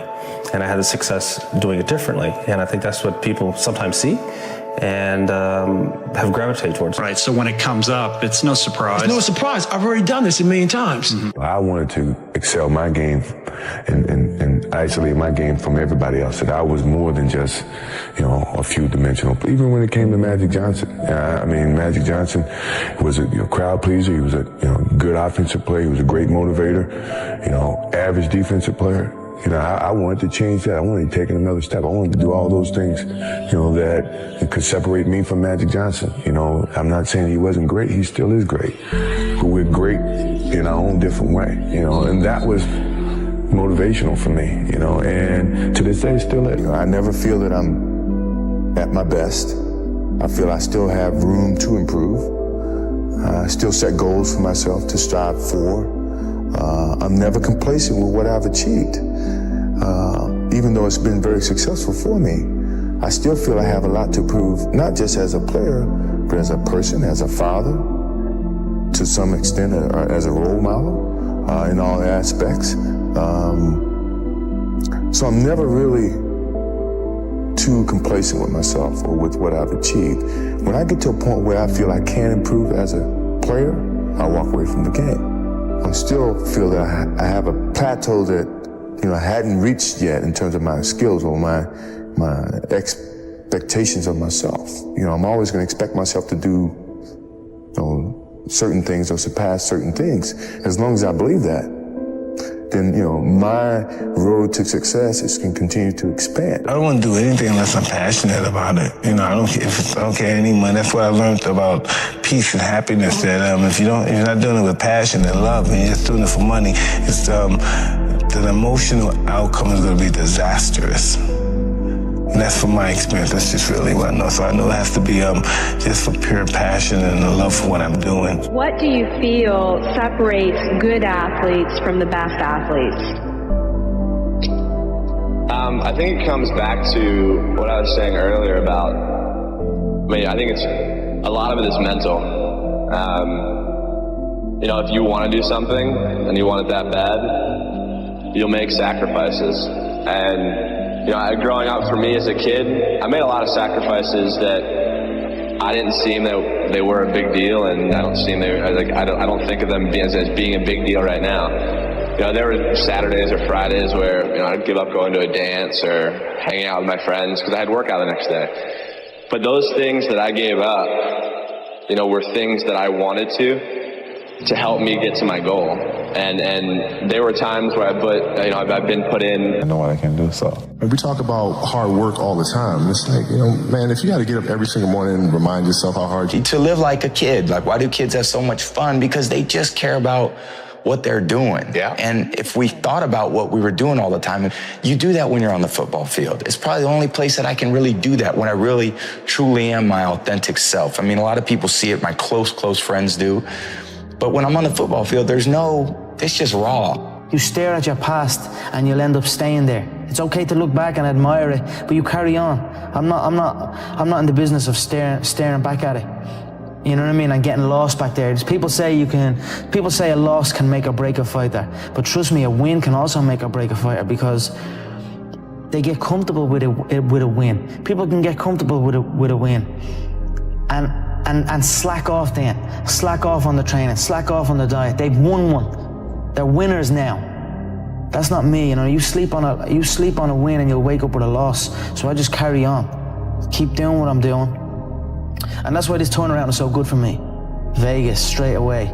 The Fighting Irish head to the fighting capital. It's perfect. Continue on this path, the freight train straight to the top. Lazy people do a little work and think they should be winning, but winners work as hard as possible and still worry if you're being lazy. So if you're a winner, you ain't comfortable. What separates the best ones with the other ones, with the average ones, it's the consistency. All the time I put it on my mind that you always can improve something. This is what I did. It's not by coincidence that the last 12, 30, 14 years I'm always in the top of the game. So this is take a lot of consistency, hard work, be professional, and this is why I'm still there. Michael Jordan, remember I interviewed him years ago, and I said, what makes you the best in the world? Is it skill? Is it talent? Is it ability? Is it background? Is it training? And he was so awesome. He said, Tony, I can tell you the truth, and it won't sound like hyperbole or false modesty. He said, I didn't even make the high school basketball team my sophomore year. I was cut. He said, what it is every day I demand more from myself than anybody else could possibly expect. I don't compete with other people. I compete with what I'm capable of. I went 5 straight years without missing a single day of workout, 365 days a year. Every single day I was in the water. There are days you're not going to want to do it. Everybody has those days. But it's what you do on those days that help you move forward. Winning is in all of us. Everybody wants the end result, but what you have to endure to win, no one wants to talk about. If you know that you were destined for something, then you can withstand the setbacks, the difficulties, the bullshit, criticism, and all the other things. Everybody can compete when they're feeling good, happy, excited, but it's the best people who can overcome when they're tired, sore. Mental power that the greatest athletes have can push all the pain aside. The first time I met Stephen Curry back in 2007, and it was after his freshman year at Davidson, which was before he blew up. No one knew who Stephen Curry was after his freshman year. But I remember there was a few things really remarkable about him. But the most impressive thing was at the end of the first workout, he came over to me and Steph said, will you rebound for me? Because I don't leave the gym until I swish 5 free throws in a row. He was conditioning himself to be in that state. He was conditioning himself to do that, to not accept anything less. Mm-hmm. And, one of the reasons I think he'll go down in history as the best shooter we've ever seen is his ability just to move on to the next shot. But at the root of it is you want to be the best. Yeah. You love competing and you want to dominate. The greatest athletes in the world don't make excuses. I wanted to do something that nobody had ever done before. And that started with a dream and a goal. I wanted to be the greatest of all time. And I think I always felt like I wanted to be good at everything I did and be great at what I did. And I never expected to be as good as I was. No matter what you do in life, where you're at, this is what winning takes. And it's in all of us. We all have fear, but if you harness it, it takes you to places that you couldn't even imagine. There's mistakes, there's regrets, there's sadness, there's joy, there's frustration, there's sorrow, there's heartbreak, there's elation. It's all part of it. It's all part of life. You know, I said to myself, I'm going to do this and no one's going to stop me. But I think that's the biggest thing. In order to win, you have to be seen. Winning is everything. It's everything. People are champions when they really see themselves with no limits, when they really see themselves great. Because when you see yourself there, you are much more willing to do the work. You are much more willing to break barriers that others don't break because they don't really see themselves breaking those barriers. And this young guy, Djokovic, is 19 years old and he plays Roger for the first time in a Grand Slam. He's nobody. When Novak Djokovic started, Rafa and Roger were winning everything. It's impossible to win a Grand Slam with those two guys. You can't beat them. They're just way better than everyone. And he's interviewed before the match and he says, I'm going to beat this guy. And I remember the press went really bad against him. Who does they think he is? But he was seeing him there. He was seeing himself there. He was seeing himself better than them, which maybe people saw that as being cocky, but he was just very confident about his abilities. And he ended up being the best of the three. He beat all the records. He beat them on every level because his self-belief was extremely high. His self-esteem, the way he was seeing himself. That's how I know if someone is a champion. And a lot of people fake it, which is better than not faking it, but it's not as good as really believing it deeply inside. You talk to the young players, they will say, I want to be number one. I mean, they wish. Yeah. The ones who really want to, you know, because they're not only saying it, but they're putting on the work. And this is a big difference because when you really believe you can get there, it's much easier. It's never easy to work hard, but in a way, you are willing to do everything to get there. When you wish it, you do things halfway or you don't do it fully. So that's a big difference. But when you look at the road to winning, people look at you and they're like, you're a success. But your road has so many more steps. Those steps are infinite. Sometimes you get to see them, sometimes you don't. Sometimes they're there, other times they're wobbly. You don't know if that next step is going to be there, but you have enough belief in yourself to say, I know it's there. I'm going to take that step. I may miss the step. I may fall. I may get scraped. That step may go into quicksand, but I know there's another step. I know it. I believe inside me that there's another step that I have to take, that somebody else isn't making me take. Those steps are infinite. Winning is infinite. Those steps are infinite. Of course, if your self-esteem is big, like huge champions, I mean, legends like Serena or Venus, and I had this discussion with Richard Williams, their father, and he told me my main focus was to create two young ladies that were believing in themselves in general. And he said to me this, and I believe it, whatever they would have done, they would have been successful. We chose tennis, but if they would have wanted to be runners or singers or whatever, they would have succeeded because they had this incredible self-esteem that they have. And you'll see that whatever they're going to do after tennis, they're going to be successful. I think from the get-go, I believed I could do it. You know, it just seemed so real to me. I'd already gotten sponsors. I was already winning competitions. And I saw the pros, you know, making a great living at what they were doing. And I just figured, like, God, if I could just get to that point, you know, I think I could make a bit of a living out of this. Why would you do crazy efforts, working crazy hard to achieve something you don't really believe in? Why would you put yourself at risk to fail if you don't deeply believe that at the end you're going to make it? I'm not saying that people never fail. Of course they fail, and Serena failed many times in tennis too. But we remember what she achieved, which is much bigger. The great Serena Williams. I mean, I just never think I'm gonna lose. I just don't want people to think I'm too cocky or anything, and you're only as good as your last win, so I hate losing. I mean, that's no secret, so. But you gotta lose. I feel like every time I lose, I get better, and I think it's important for me to have losses. Just the fewer, the better for me. I think a lot of people just, they see you run and they say, oh, it looks so easy, you really look effortless. But before it gets to that point, it's hard. It's like hard work. Day in, day out, sacrifice, day in, day out. The confidence comes from preparation.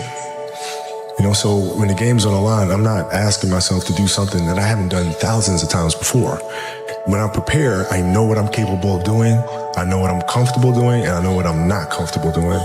You know, and so in those moments, if it looks like I'm ice cold or not nervous, it's because I've done it thousands of times before, so what's one more time?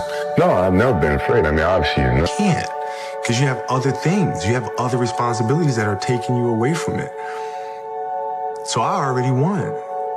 So it's not the car, the house, the whatever. It is that internal goal, that internal why. And so for me, I just think that's it. Like that, like you, it's just, it's something within it. You gotta pull it out. And so it's easy when you have a why, a purpose. I'm doing it for this, I'm doing it for that. It's easy to get up and get going. But if it's just for a car, what happens, Luz, when you get the car? Because you can buy it. What happens when you get the house and you can buy the house?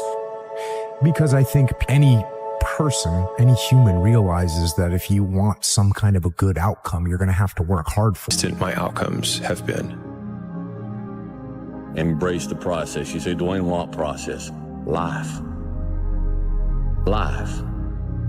Embrace the journey and the process of life. You only get stronger hiking by going uphill. Nobody gets stronger hiking by just going downhill. Because you're probably in the bed right now. You're probably an underachiever. You're probably somebody who doesn't want to do anything with your life. People should stop complaining. Right. People should figure out who the they are. Good call. People should not listen to America propaganda of fixing the shit they suck at. They should be tripling down at what they're good at. They should be competent in certain areas, but you're not gonna become Beyonce or, you know, like your bone structure is a certain way. Like you're not gonna solve everything. Your IQ can get a little bit better, but don't worry about the incremental. Figure out what puts you on fire and you're halfway decent at. If you're lucky enough right now to be listening and you're good at what you like, become tunnel vision. Because there's way too many voices telling you what and how. The reason most people who are listening right now are not doing that thing is they're worried about the opinion of somebody. And the reality is we have to get to a place where you're doing you, because the number one thing that scares the fuck out of me is regret. The Lonely Chapter describes a time in which you're growing, you're changing as a person, and you're now so different that you can no longer resonate with your old set of friends, but you're not sufficiently developed that you've got the new set of friends that you're going to grow into. And this is the Lonely Chapter. And the problem with it is that you're always, the desire to sort of regress back to where you were is always going to be there. And you're going to have uncertainty. There's not even the promise of glory or success or triumph when you get through the other side. What am I pushing toward?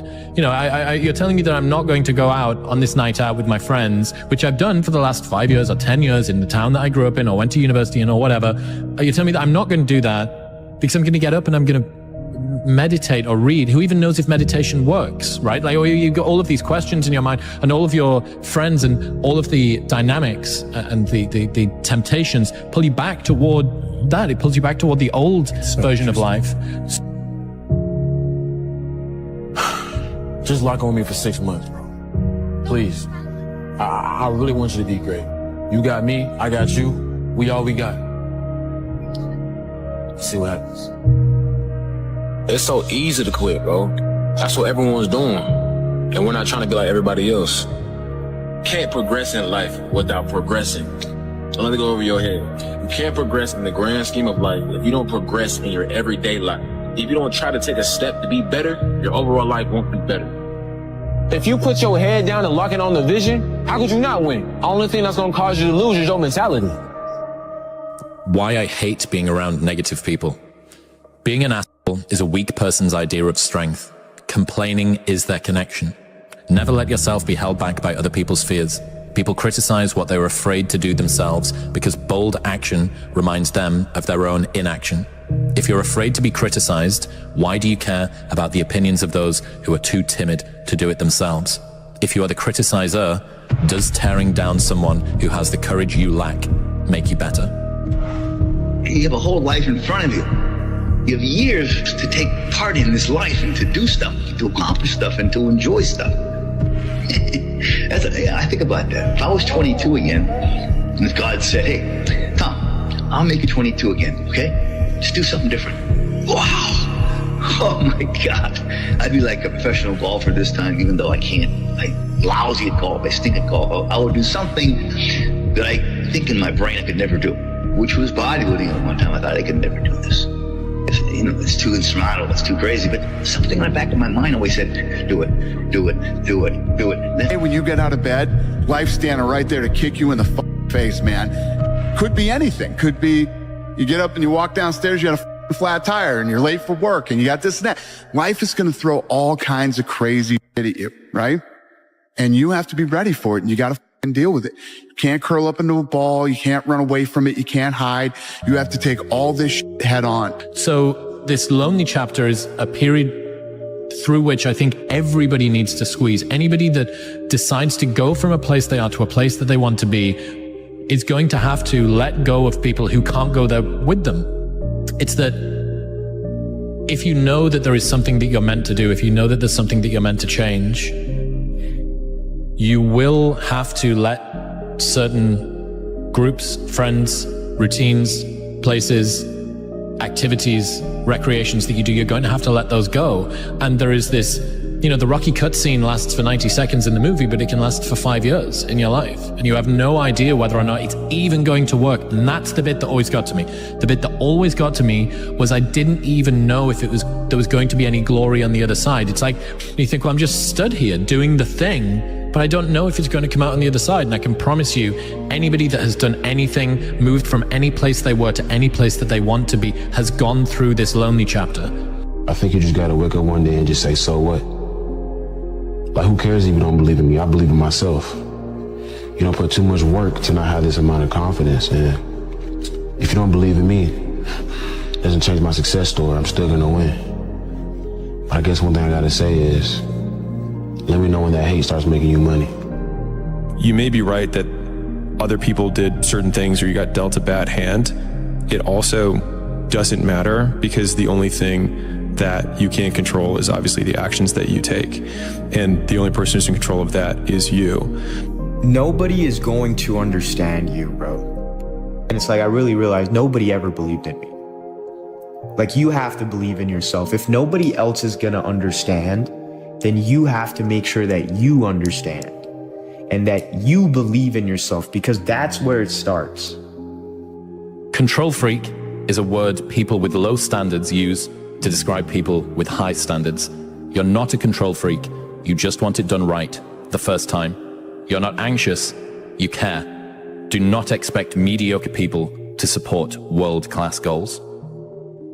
If you go visit the darkness that you've been running from, you'll have the opportunity to leave a better person. You'll have a better understanding of yourself. You'll have a better understanding of your purpose. But if you don't take that trip and the darkness comes visits you, it's a guest that will never leave. You're playing against the Golden State Warriors. Score is 107-109. You guys are close to getting into the playoffs. You know exactly what happens in the game. You go up, you're about to take your shot, and then all of a sudden, boom, Achilles happens. Trying again, going to work, falls down. Again, he's struggling. Right after you were injured, you went on Facebook and you posted a lengthy blog. You know what this is? Oh, yeah. This is such BS. All the training and sacrifice just flew out the window with one step that I've done millions of times. The frustration is unbearable. The anger is rage. Why the hell did this happen? Makes no damn sense. Now I'm supposed to come back from this and be the same player or better at 35? How in the world am I supposed to do that? I have no clue. Do I have the consistent will to overcome this thing? Maybe I should break out the rocking chair and reminisce on the career that was. Maybe this is how my book ends. Maybe Father Time has defeated me. Then again, maybe not. It's 3:30 a.m. My foot feels like dead weight. My head is spinning from the pain meds, and I'm wide awake. Forgive my venting, but what's the purpose of social media if I won't bring it to you real, no image? Feels good to vent, to let it out. To feel as if this is the worst thing ever. Because after all the venting, the real perspective sets in. There are far greater issues and challenges in the world than a torn Achilles. Stop feeling sorry for yourself. Find the silver lining and get to work with the same belief, same drive, and same conviction as ever. One day, the beginning of a new career journey will commence. Today is not that day. If you see me in a fight with a bear, pray for the bear. I've always loved that quote. That's Mamba mentality. We don't quit. We don't cower. We don't run. It's a hurting, but the Lakers down by 2, and they want him and need him at the free throw line. Got it. Yeah. How the hell do you tolerate that kind of pain? I tell this example, and I think this is the best way to explain it. Your kids are upstairs, wife is wherever she may be, it's going down, all right? I'm willing to bet that you're gonna forget about your hamstring, you're gonna sprint upstairs, you're gonna grab your kids, make sure your wife's good, you're getting out of that house, right? Hamstring be damned. You're not gonna feel your hamstring. Right? This is another obstacle. This obstacle cannot define me. It's not gonna cripple me. It's not gonna be responsible for me stepping away for the game that I love. I'm gonna step away on my own terms. And that's when the decision was made that, you know what? I'm doing it. I'm doing it. Disgust. Disgust. Disgust is a negative emotion, but it can have a very positive, powerful effect. Disgust says, I've had it. What an important day that could be. Most people will not understand your obsession, your drive, and your determination. Success is a lonely journey. That's just a reality. And most people are not going to understand why you're so driven, why you're so obsessed. And if you and I definitely don't want to give 100%. And I can cheat. I can kind of half-ass it. I can. But if I don't, and I get through it, when that time is up and the lady says namaste and everybody gets up, I'm like, man, I made it. I lost 15 pounds. My yoga mat is drenched to the point where I can literally wring it out and fill a jug up with water. But through that struggle, I will now have a better day, and I better do it again tomorrow. Why you need to go all in.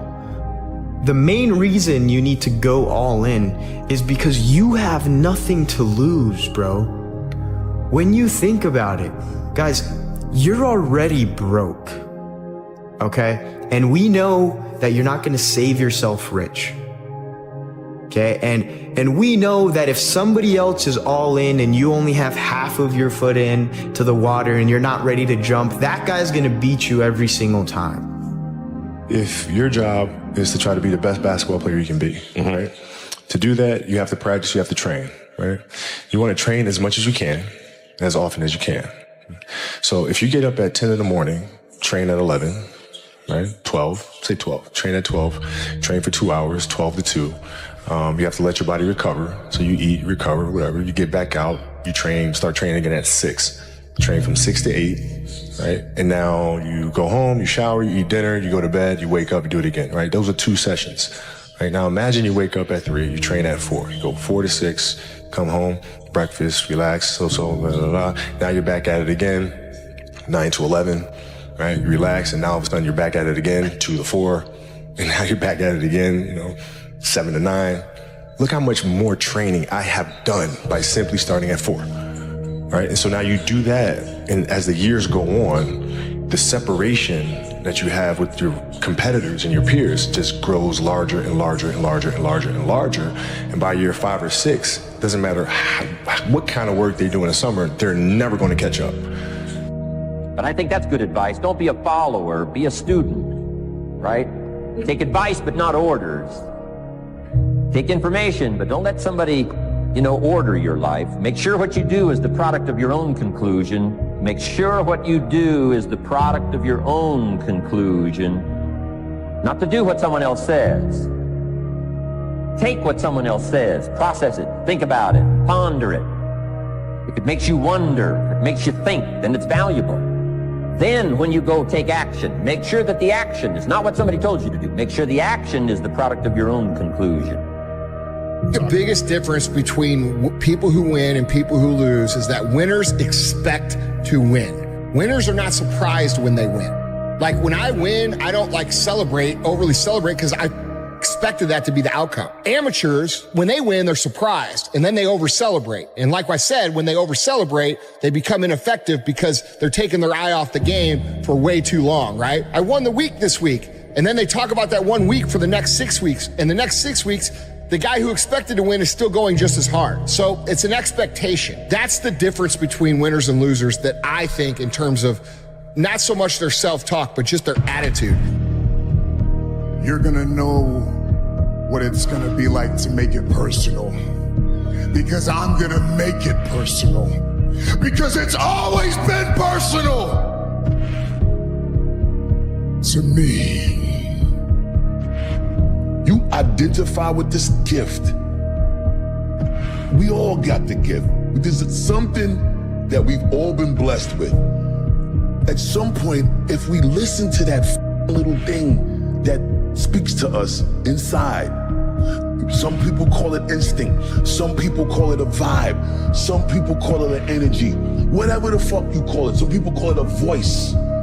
Whatever that thing is, bro, if it sparks the thought that changes the whole trajectory to what your life can evolve into because you took a second to listen to that shit, you are identifying with your blessing.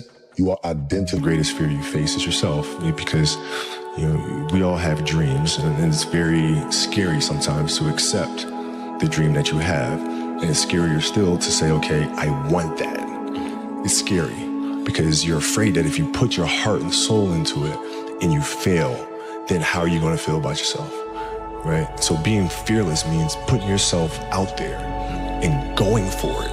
No matter what, go for it. Not for anybody else, but for yourself. And here's a philosophy that really changed for me everything. Be so busy giving other people recognition, you really don't need it for yourself. I learned to recognize people for small steps of progress. Every little thing I could think of. Figure out rewards for small steps. And what works is if you dedicate your time and your focus, like realistically, with a professional, disciplined effort to creativity. You show up every day like a professional, but you show up to be creative. If you just do it on a regular basis, ideas will come to you. Where are these ideas coming from? Well, his concept was to think of it as you're a professional and you're getting these ideas from the muse. And this is what you do. You show up and you do the work, you focus on it, and these ideas will come to you. And that little voice becomes completely drowned out. And so you don't know who you are anymore. And you're afraid, particularly young people today. I mean, maybe it's always been that way, are so afraid of being different. They're so afraid of being odd. But look at all the powerful people in this world. Look at your Elon Musks. Look at your celebrities in entertainment, in business and politics. They're one of a kind. They have I hate that word, but it's like a brand. They're different. They stand out for something that's truly different. Even Albert Einstein, there's nobody else like Einstein. There's nobody like Da Vinci. Okay? That's where your power lies. And you'll go, oh, but Robert, those are people that were brilliant, that were talented. I'm not like that. I don't have that. Well, bullshit. You do have that. It's just you're forgetting about it. You don't want to put the effort into it. And there's no one more narcissistic than someone who's smart. And if you are smart, that's a real temptation. It's a real temptation. It can make you bitter as hell. The most bitter people are the smart people who aren't successful because they feel that their shining light wasn't given due course and that the world should fall at their feet and didn't. The way the world works, you don't get a gift without a corresponding temptation. And intellect is certainly, it has the same characteristic. You can go very spectacularly wrong if you're smart. And it's pride that does that. when you set a dream and you say, this is what I'm going to do. I'm going to do this. I'm going to do that. And you make a plan, and then plans are good. But if you come to a certain point where there's a tree across the road or the bridge is out, you can't. There is dedication and hard work, to be able to work 100% all the time. This is, if it exists words, this is my secret. He's a legend. He's one of these big names that stays forever in football history. But the guy he motivates himself with numbers, with new things. He wants to win the gold ball X times and the golden boot X times. And he wants to not just to play these Euros. He's already thinking that he wants to play the next World Cup. Does he get angry when people say maybe Messi's better? Would that infuriate him? I don't think so. I just think that critics motivates him. I think he feels if people criticize me, it's because I am who I am, and I did what I did, and I still try to do, and he gets that as an extra motivation. I think as an opponent, you should be quiet and don't say a wrong word about him, because that would be always a motivation for him. I think he's the player that everybody knows he is, and mentally really very, very strong. Once again, as you say, it's Cristiano Ronaldo, and it's controversy once again. Why is it always the case with you? I don't know why. Maybe someone's don't like me, but because maybe I'm too good. It is what it is. The life it's completely difficult. We have obstacles in our lives, and I will keep running to fight against the people who don't believe me. And the life is a challenge, and I want the people that they're wrong. I'm there every morning. I do the same stuff. I'm probably the first ones to arrive and the last ones to go out. It's great. This is giving me motivation to still work hard and better in my job. But I have to say, to be in my shoes is not easy. But I'm not complaining. I just want to say that I'm feel happy. All this happened because of a reason. The reason is I'm unbelievable inside the pitch. This is why the people have so much interest on me. Are you the best footballer in the world right now? I think so, yes. In my mind, I'm always the best. I don't care what the people thinking, what they say. In my mind, not just this year, but always, I'm always the best. I'm always going to say that, because I think we have to thinking we are the best in our area. So in my area, I think I'm the best. Is there anything that Lionel Messi is better than you at? It's opinions. I respect the opinions. Maybe in your opinion, Messi is better than me, but in my mind, I'm better than him. So it's simple. Is that rivalry a good thing? For me, rival don't exist. The meaning of this word is not don't exist.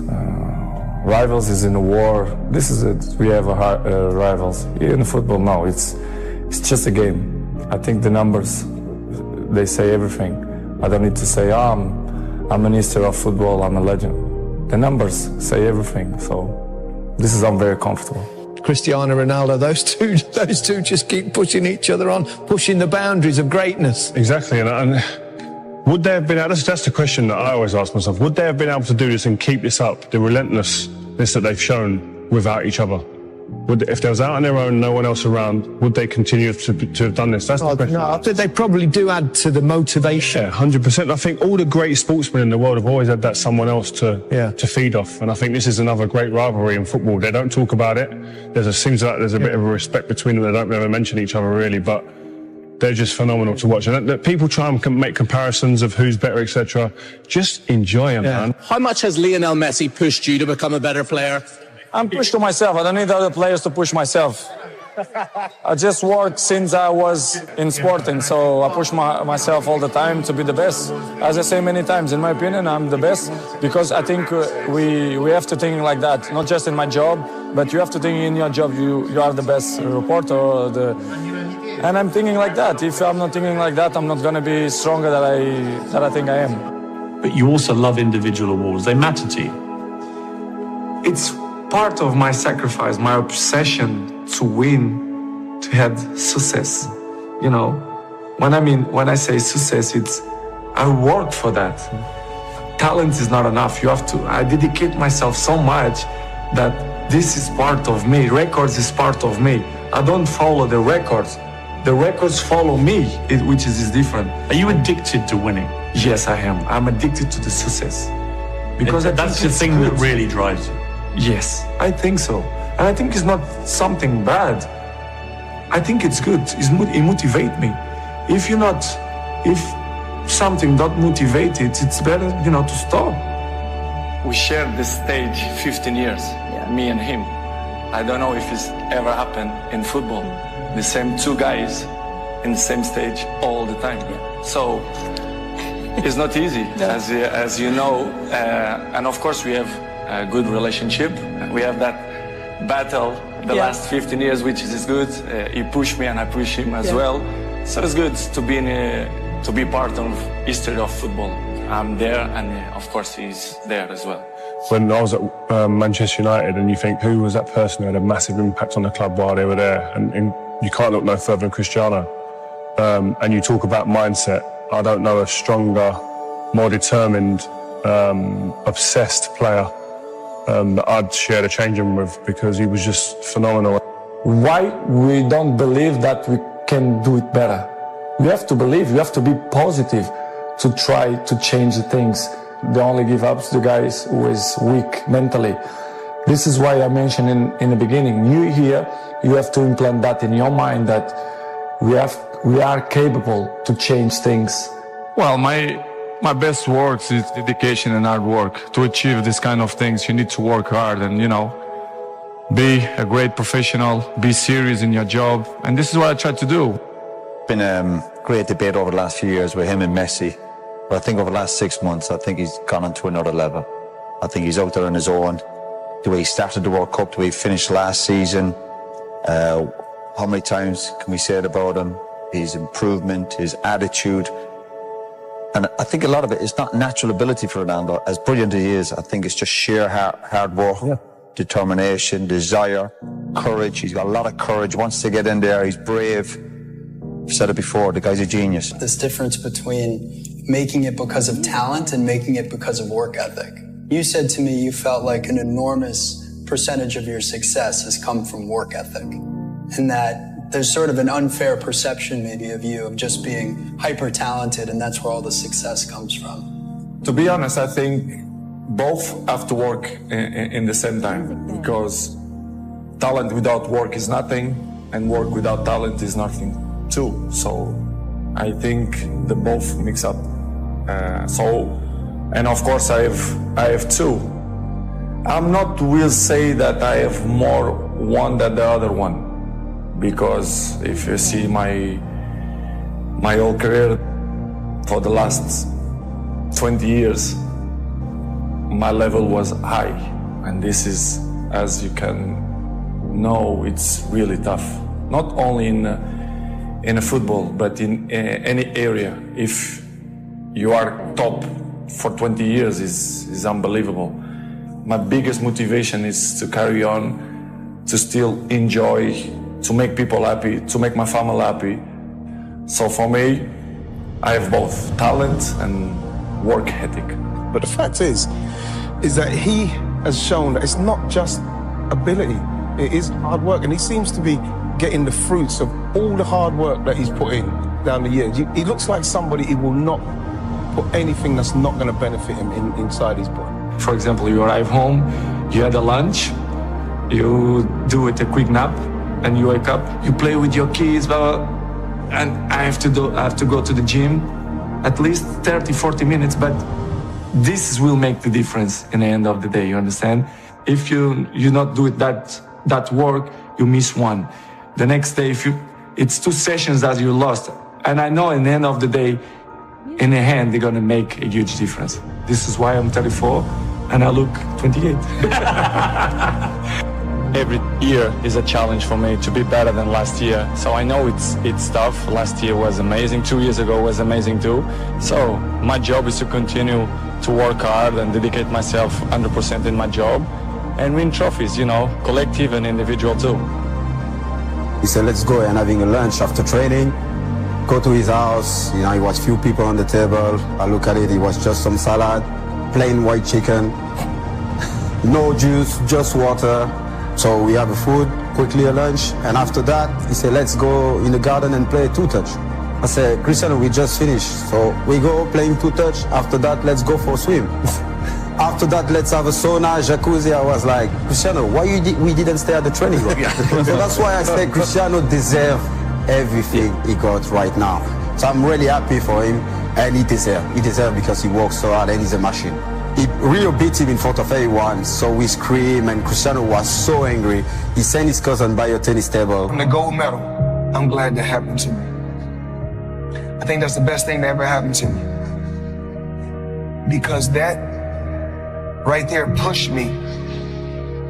I mean, it just pushed me to a limit that I can't even really even talk about. It pushed me. It made me want to be the best. We all go through certain trials and tribulations in life that we have to deal with, and certain things make us stronger. And in 1996, them cheating me made me stronger.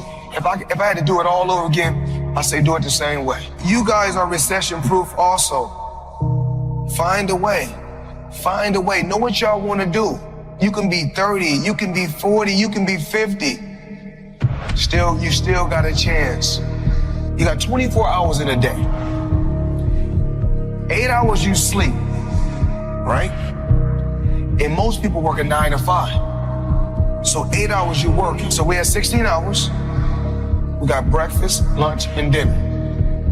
So we'll be at night. That's 19. It take you an hour to get ready. So we had 20 hours. You guys cannot spend 4 hours going to they lying. Oh, I like this photo. Oh, they faking. Sending photos to other people.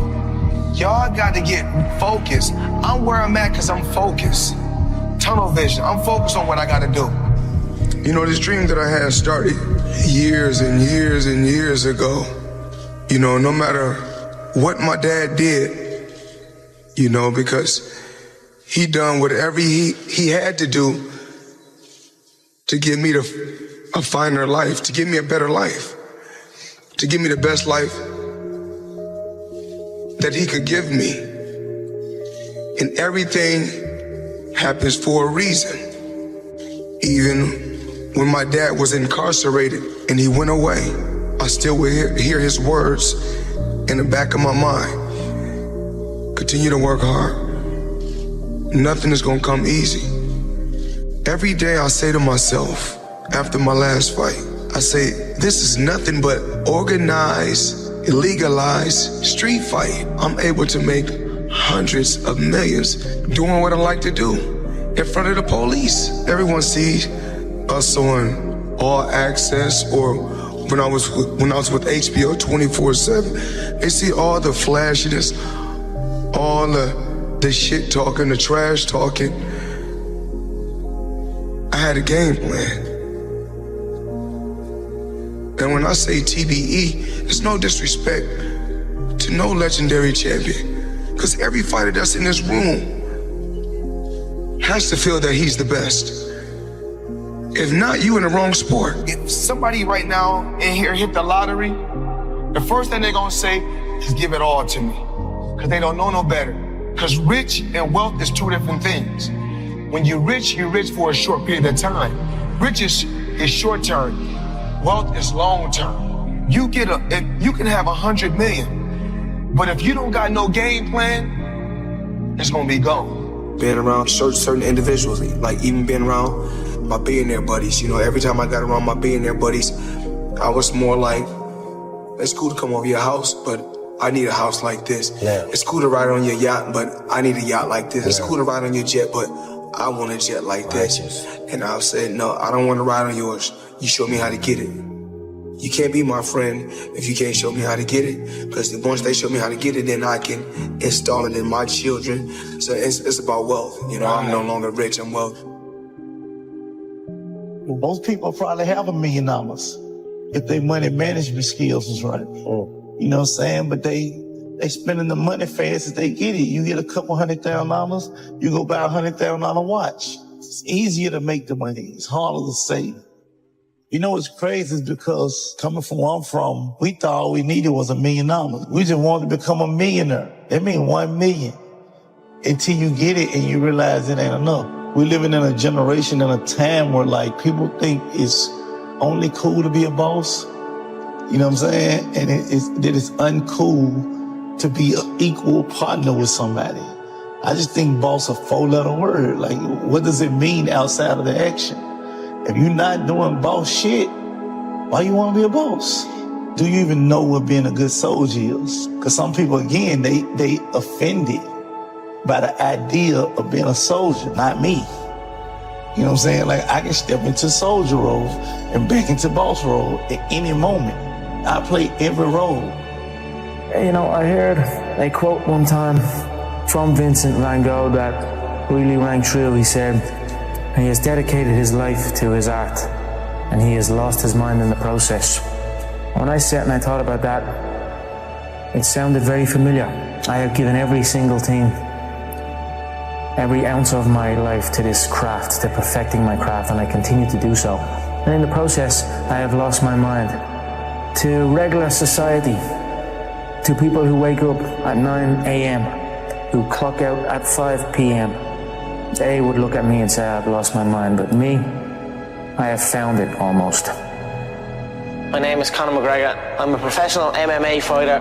My dream is to be world lightweight champion in the UFC, have more money than I know what to do with, and have a great life for my kids, my grandkids, everyone in my family, everyone that's come up with me. That's my dream. My dream is to be number one. Most young men, why they got into martial arts was to defend themselves. I started off really being into football. That was what my first dreams were, you know, being a football player, and how good you were at playing football and how good you were at fighting, you know, they were the two things where I grew up. And then maybe as I start going outside my little estate and all, conflicts start happening, and I mean, I had to kind of think to myself, right, I need to be able to defend myself now as well. Not even to get back at anyone around, just to kind of be like, alright, this guy knows what he's at, just leave him alone. Now that's it, I don't know what I'm doing other than that really. Now I'm obsessed. I was working in the plumbing business at the time, yeah, but it would have been around that time that John, I left the plumbing business. How bad was that? The plumbing? Yeah. Horrendous. It was just a horrible, horrible time, and I was like, you know what? I don't want to do this, and then I just left, and then I just stopped going, didn't get out of bed. Then my dad would come in and try and bait me out of bed, and we'd have fights, and literally, for a good while I didn't really speak to my dad. We just kind of stayed away from each other. Anytime I come across my dad, anytime we did speak was to fight. Why did it get to that point, to where he was that mad? Because I was doing absolutely nothing. I was out getting into trouble. Yeah, basically felt like I was doing fuck all. I was a waster, you know, I was a waster. Called that a lot, you know what I mean? But the real stress and the real fights come from the mortgage, come from this stress of home. A lot of people are getting evicted from their homes around here. So that's something that I grew up with. That was a big stress in my family. It caused a lot of stress, so I just wanted to give it back and help out and just do that. And my mother and father are still young. Now they have their feet up, they can relax, they are in a new place, so it's good. That's something I always dreamed of. I always visualized what giving would feel like, given to people who have given to me, what that would feel like. I always dreamed of just showing up one day and be like, here. I always visualized good things, success, abundance. I visualized it all, and it's all happening. If you have a clear picture in your head of something is going to happen, a clear belief in that it will happen no matter what, then nothing can stop it. You know what I mean? It is destined to happen, and that's what happens. You know what I mean? It's perfect. I'm fighting myself. You know what I mean? Because you are fighting yourself. There is no opponent. You know what I mean? It's you versus you. And I'd say I'm fighting myself in there. I'm gonna beat myself. Not even martial arts, life, you know what I mean? It's always you versus you. If you're competing against other people, you know what I mean? Competing against others, and you're gonna become bitter. Eventually you'll become bitter. But if you compete against yourself, you'll become better. There are no restrictions. There are no limits. There's no one trying to get something from me or trying to make me do this or make me do that or send me here or send me there or stop me from going full. I'm free. I go in and do as I please. This is my time now. So it's a beautiful experience, and it's almost an out-of-body experience, and it becomes very, very addictive. So that's what you're seeing here. I'm addicted to that feeling, and I will do anything to get in there and get that feeling again. I truly believe we are all equal as human beings. If we are obsessed with something and we truly pursue our passion with everything we have, regardless of anything else, if you are obsessed, work hard, put in the time, you will succeed, and that is a philosophy that I carry, my coaches carry, and to see LeBron James, who's like a mega superstar over here and a phenomenal athlete, share that belief is inspiring right back to me. It shows that we are thinking correct. You know, this is hard work. This is an obsession. Nothing can beat hard work. If you're doing something and you're not interested or you have no passion for it, you should truly follow your passion. I'm not doing this for this. I'm not doing this for fake acting and pretending I can, you know what I mean? Trying to give emotion to some guy that wants emotion from me for a shot. I can't do that. I don't do this for that. But I understand that it's a double-edged sword and you must do that.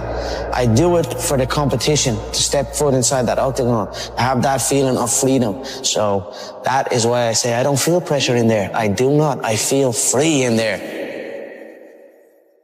Sounds like you were the last person that would ever give an excuse why you lost. No, there is no excuse. You know what I mean? It's like I've been beat before. You know what I mean? I've lost MMA fights, I've lost boxing fights, I've lost so many fights in the gym, you know, I lose all the time, you know what I mean? So it is what it is. If you, any true martial artist will know, in order to succeed at this game, you must lose a fucking shitload of times, you know what I mean? You must lose many times, you know what I mean? So it is what it is. We all have we all have the same emotions. We have all won and we have all lost. It's a sport. It is what it is, you know. Just get on with it. Look to learn from it, you know. The day you stop trying to learn is the day you start losing, you know what I mean? So I'm always going to learn regardless of the result, you know what I mean? Win or lose, I will take something from it all.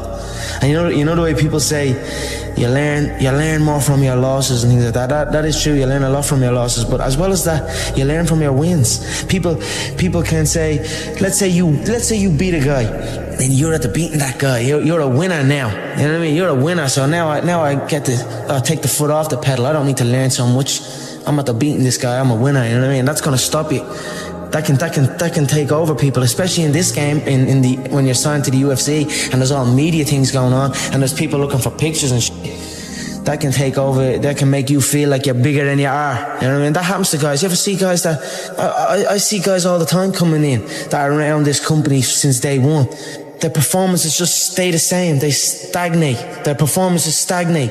Then they get even worse. You know, they arrive for the fight out of shape, not looking in shape, barely made weight, sluggish. You know what I mean? That's not going to be me. I stay ready. I'm always in shape. You know what I mean? You're not going to catch me out of shape. Win or lose, I'm going to be ready to go. No ego. You know, you can't have an ego in this game. We've all won. We've all lost. It is what it is. Just keep going, keep doing your thing, keep working hard. I'm a cocky motherfucker, but if you come in and you get me, I'll stand before you and I'll stand before everyone and say, you got me. I'll get you next time. And that's it. Every human being, everyone in here at some stage, we face loss. We've all lost something. You know, we all know how a loser on the night feels because we have all lost at one point or other in our lives. You need to stop putting your hand out. Everyone wants handouts. Everyone wants things for free.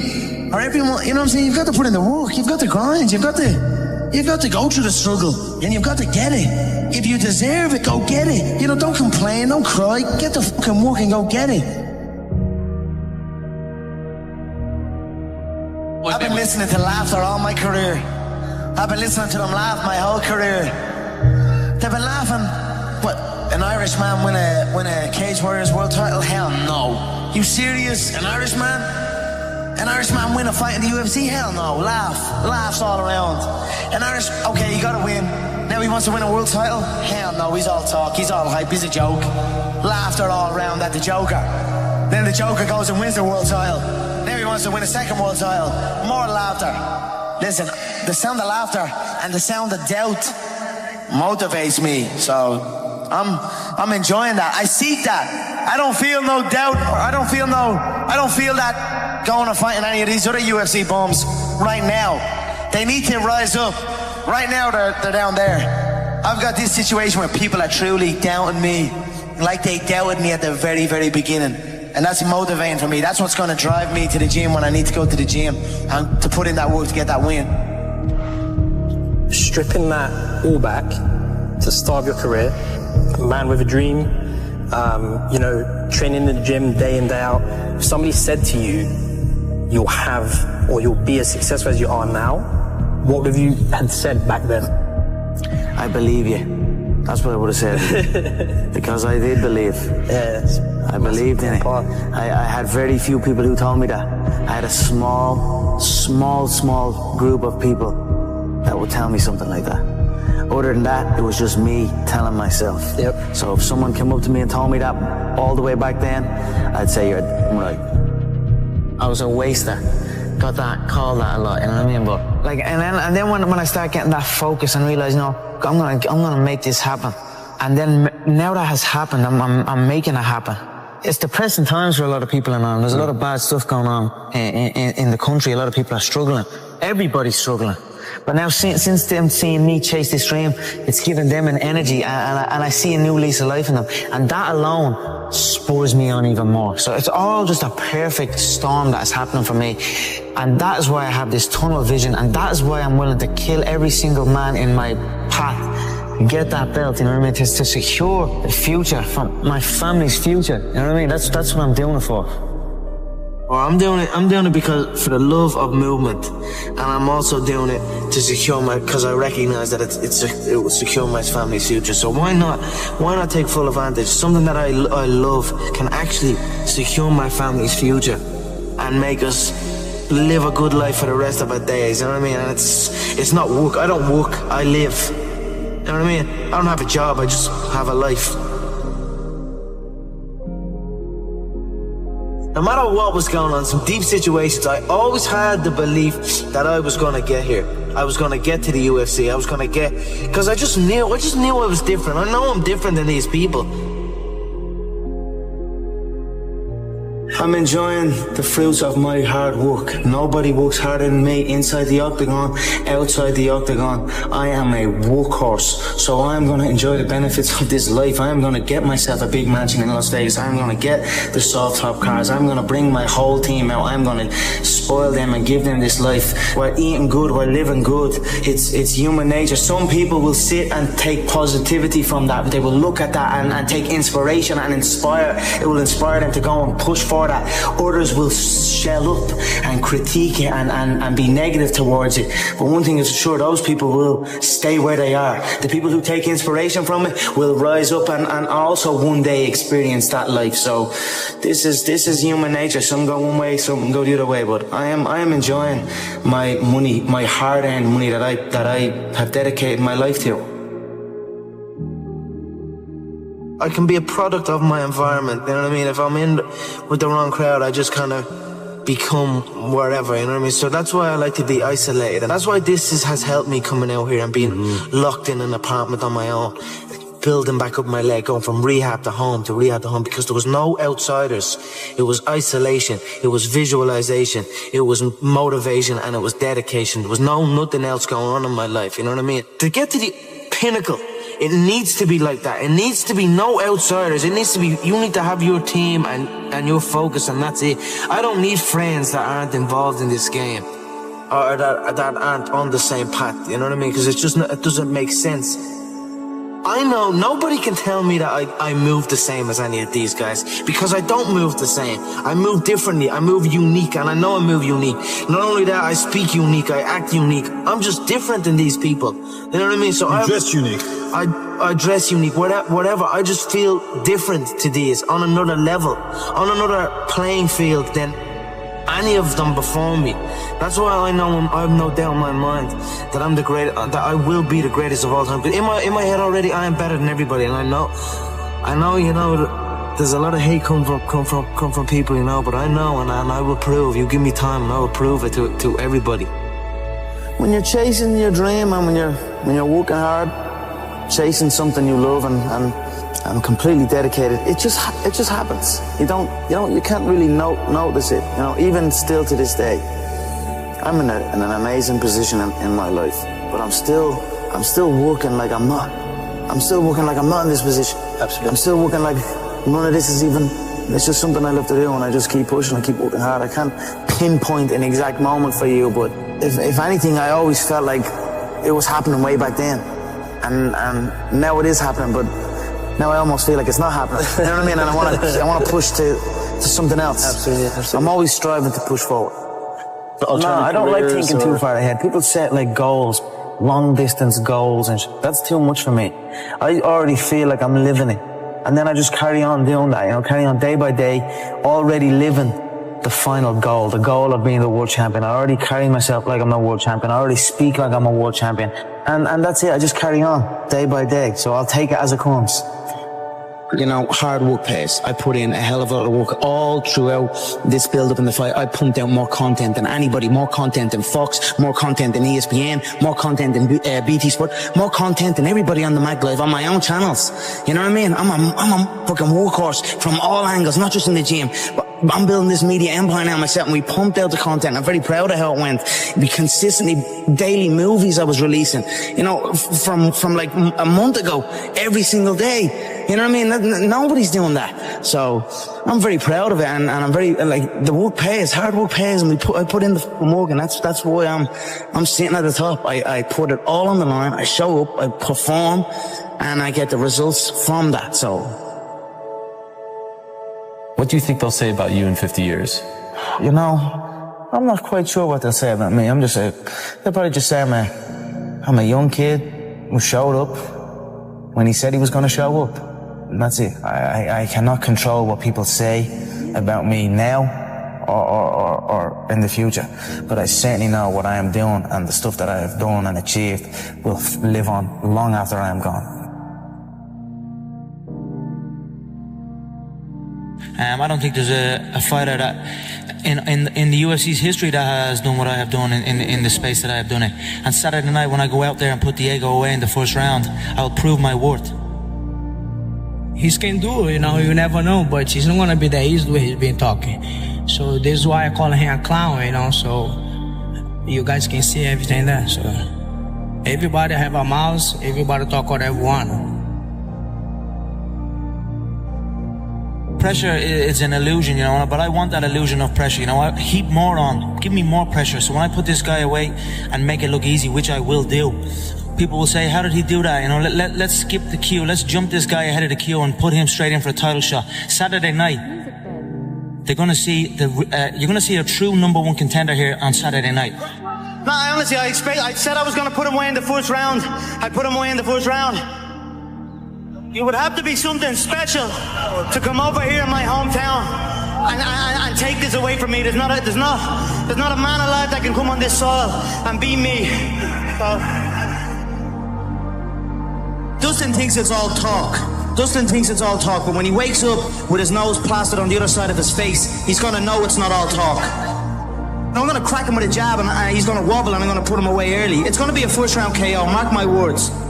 These featherweights don't understand. Until they get hit by me, it's on the first round, and I knock them out in the first round. You can call me Mystic Mac, because I predict these things. It's the old age, this is the new age. I wanted to come over here to America and show the American public the new era of the fighting Irish, and I brought my whole country with me. If one of us goes to war, they all go to war. Well, this was a huge victory for you. This is your first victory over a top 10 contender. What's next? You know what's next. That world title is next. I'm going to fly to Brazil, and if they want, I'll eliminate Chad Mini Mendez and step in and give the fans what they want. Aldo versus McGregor. This is only Connor, you've been known to make predictions. You're known as Mystic Mac. What's your prediction for UFC 205? Like I said, he's chinny. He has a chin. He gets cracked, he gets dropped. It's happened throughout his career. He's a weathered fire. He's on his way out. He's very, very lucky to be in the position he's in. One round it will take me to knock him out. The gold belt is what I want. The 2 gold belts. I was a 2-weight world champion in the previous organization. Now I'm on the big stage at the UFC. I want that featherweight belt and I want that lightweight belt. That's my goal. The money is going to come with that. Don't get me wrong. It's prize fighting. I'm after the money as well. But the belt, the money comes with the belt. And the belt is what I'm focused on. I don't care about fame. I'm gonna wrap one on one shoulder, I'm gonna wrap the other on the other shoulder, and you're gonna need a fucking army to come take them belts off me.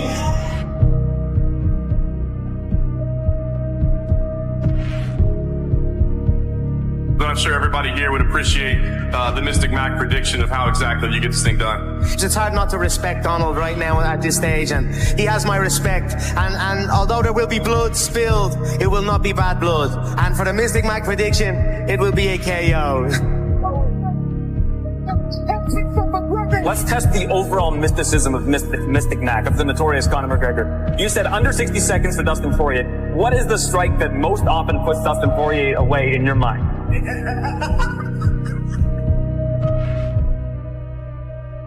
Are you the best point guard ever? Yes. Steph Curry transformed from a skinny, undersized high school kid to a basketball legend. He completely revolutionized the game, just like Michael Jordan. He's the modern MJ, you know. Steph is a 4-time NBA champion, 2-time MVP, 10-time All-Star, and arguably the greatest shooter of all time. I'm wondering, is it time to start putting him as the best player of all time? Let's take a look and listen to what NBA players and legends think of Stephen Curry. 08, 09, or whenever that little light-skinned came in the league, that's in Golden State. He single-handedly changed the no lead is safe. When it comes to influence, since I've been watching the game, the most influence on the game, and obviously we know what Mike did for the game, Steph and Allen Iverson are the 2 biggest influential guys in our game since I've been watching and covering it. Kids felt like they could be them. They were guys that was not always counted on. They were small in stature, and they just defied the odds. And now you have Steph, who's shooting over the Empire State Building. You know, it's just like those 2 are the 2 most influential when you say their game, how they changed the game, and the kids, and like those are 2 guys that you just wanted to watch every single night. When you look at me and Steph, I just feel like we're able to do things out there that keeps the normal person walking down the street, gives them hope that basketball can be for them as well. You know, he's just able to do so many special things, and I could go on and on about Steph, but I love that guy, and I love Steph. Hey, you know, a legend in the game. He changed the game. When a guy changed the game, some way, somehow, you got to expand the Mount Rushmore. You know what I mean? Like, who says it only could be this many people? Like, Steph Curry changed the game. His face needs to be up there in the Mount Rushmore. Steph Curry is messing the game up. I'm on the internet now, see a bunch of little kids dribbling, shooting 100-footers. To give norm, to start the game. But he's doing something for them. He's giving them a chance. You know, Steph, it probably is the most influential player when it comes to little people. Yes. Right? Because I see a lot of little guards, like little kids. I'm going to these tournaments, they're doing stuff I can't even do. Right. Mm-hmm. And it's good and bad. I love Steph, man. I mean, the guy has completely revolutionized the game. He messed up the game in a good way, you know? Like, you think he messed it up in a good way? Yeah. I think he hurt the youth because the youth just loves threes. And that's all they think about doing is shooting threes. You know, him and Clay and their whole team, I think, just changed the game in a good or bad way. Each other on the golf court. You didn't know what was coming. You didn't, because you'd never seen it before. I was there when he broke the record, right? The first record. And you didn't think, like, I think it was like 250 maybe or something threes. You didn't think that the next year was going to shoot 400, make 400 threes or whatever. They crushed it, but no one saw it coming. No one saw it coming, and no one truly knew how to stop it when they got going. That's why they won 73 games. When you came to the Garden and I let Raymond Felton's pride get in the way, and he had 50, I feel like that's when you decided you was just gonna rape the league. Bro, you know what? I ain't mad at you. That was the moment? Bro, I think so. Bro, Raymond said, Chump, no, like, stop letting dude do this, but he really be doing this to us. I'm like, the confidence is changing, G. He going back to Davidson on us, bro. Nah. You feel me? I'm like, he doing the shit that we was like, you can't do that in the league. He started doing it. Nah, shorty. Yeah, you going too fast shooting that jumper now. That's too much. You ain't even holding it up no more. He was falling and shit. No, bro. Now he talking to the crowd. He pointing at fans. I'm like, Steph don't even do that. So I really felt like in my heart, like we are birthing an animal, bro. Yeah. I really think of that moment. I'm like, bro, I think we ignited that confidence that came, because after that game, bro, he got very disrespectful. Yeah, he took off. He got disrespectful. He started trying shit. And then the next game, we play the Warriors at home, and this is 2015-16. And my first matchup is Steph. And I'm like, bro. Your man in front of you from the perimeter, bringing a big man away. And Curry hits a 40-footer. You know me. I walk in, I chest him up as soon as I get in the game on the inbound. I'm just pushing him. I'm like, yeah, you're not doing that tonight. Not on me, brother. About 36 minutes later, and 42 Steph points later. That happens to a lot of people too. Yeah. I'm in the locker room like, nah, this can't be what it's like. I'm taking my stuff out like this. Nah, this ain't it. And Steph Curry, I'm going to bed at 8 o'clock. Mom, don't call me. My girl, don't call me. I'm locked in right now. Every night. Yeah. It's honestly hell. Be honest with you, I'm not gonna lie to you. I mean, the way he moves without the ball is the worst part. But just the way he moves without the ball, the weight, I mean, it's honestly their system too. It fits him to perfection. You literally can't ever relax. And I remember game 1 and 2, chasing him and Clay around, and I couldn't make a shot. Everybody's looking at me like, why can't you make a shot? I'm like, I ain't got no legs. But you know, his approach to the game too is special. Just the way that he, sees the game and the way he goes about the game. It was a lot of fun to play them. Obviously happy we won. Beat him too, yeah. But it's hell to guard him. They're actually understanding how to play with him now, like how he operates, how he moves when he gives up the ball. It like continues to just run in circles until you fall asleep, and then he shoots it from 30 feet basically. It's borderline at times. It's unguardable. He's tough, and I'm a part of the losing side of history. But I remember watching it, bro, and I was like, yo, he was absurd to watch. And then I played against him. I was like, he's different. Bro. He's different, bro. But Steph Curry is the most impactful player on a team in the league. Because the gravity. Bro, the gravity. You have to guard him as well on the ball as you do off. Like, once he gets off the ball, you're probably more scared of him off the ball than you are on. He's the, He's the modern MJ, I used to see this playing with the Bulls. Half the crowd's got, red 23 jerseys on, and, now half the crowd's got blue and yellow 30 jerseys. Steph is...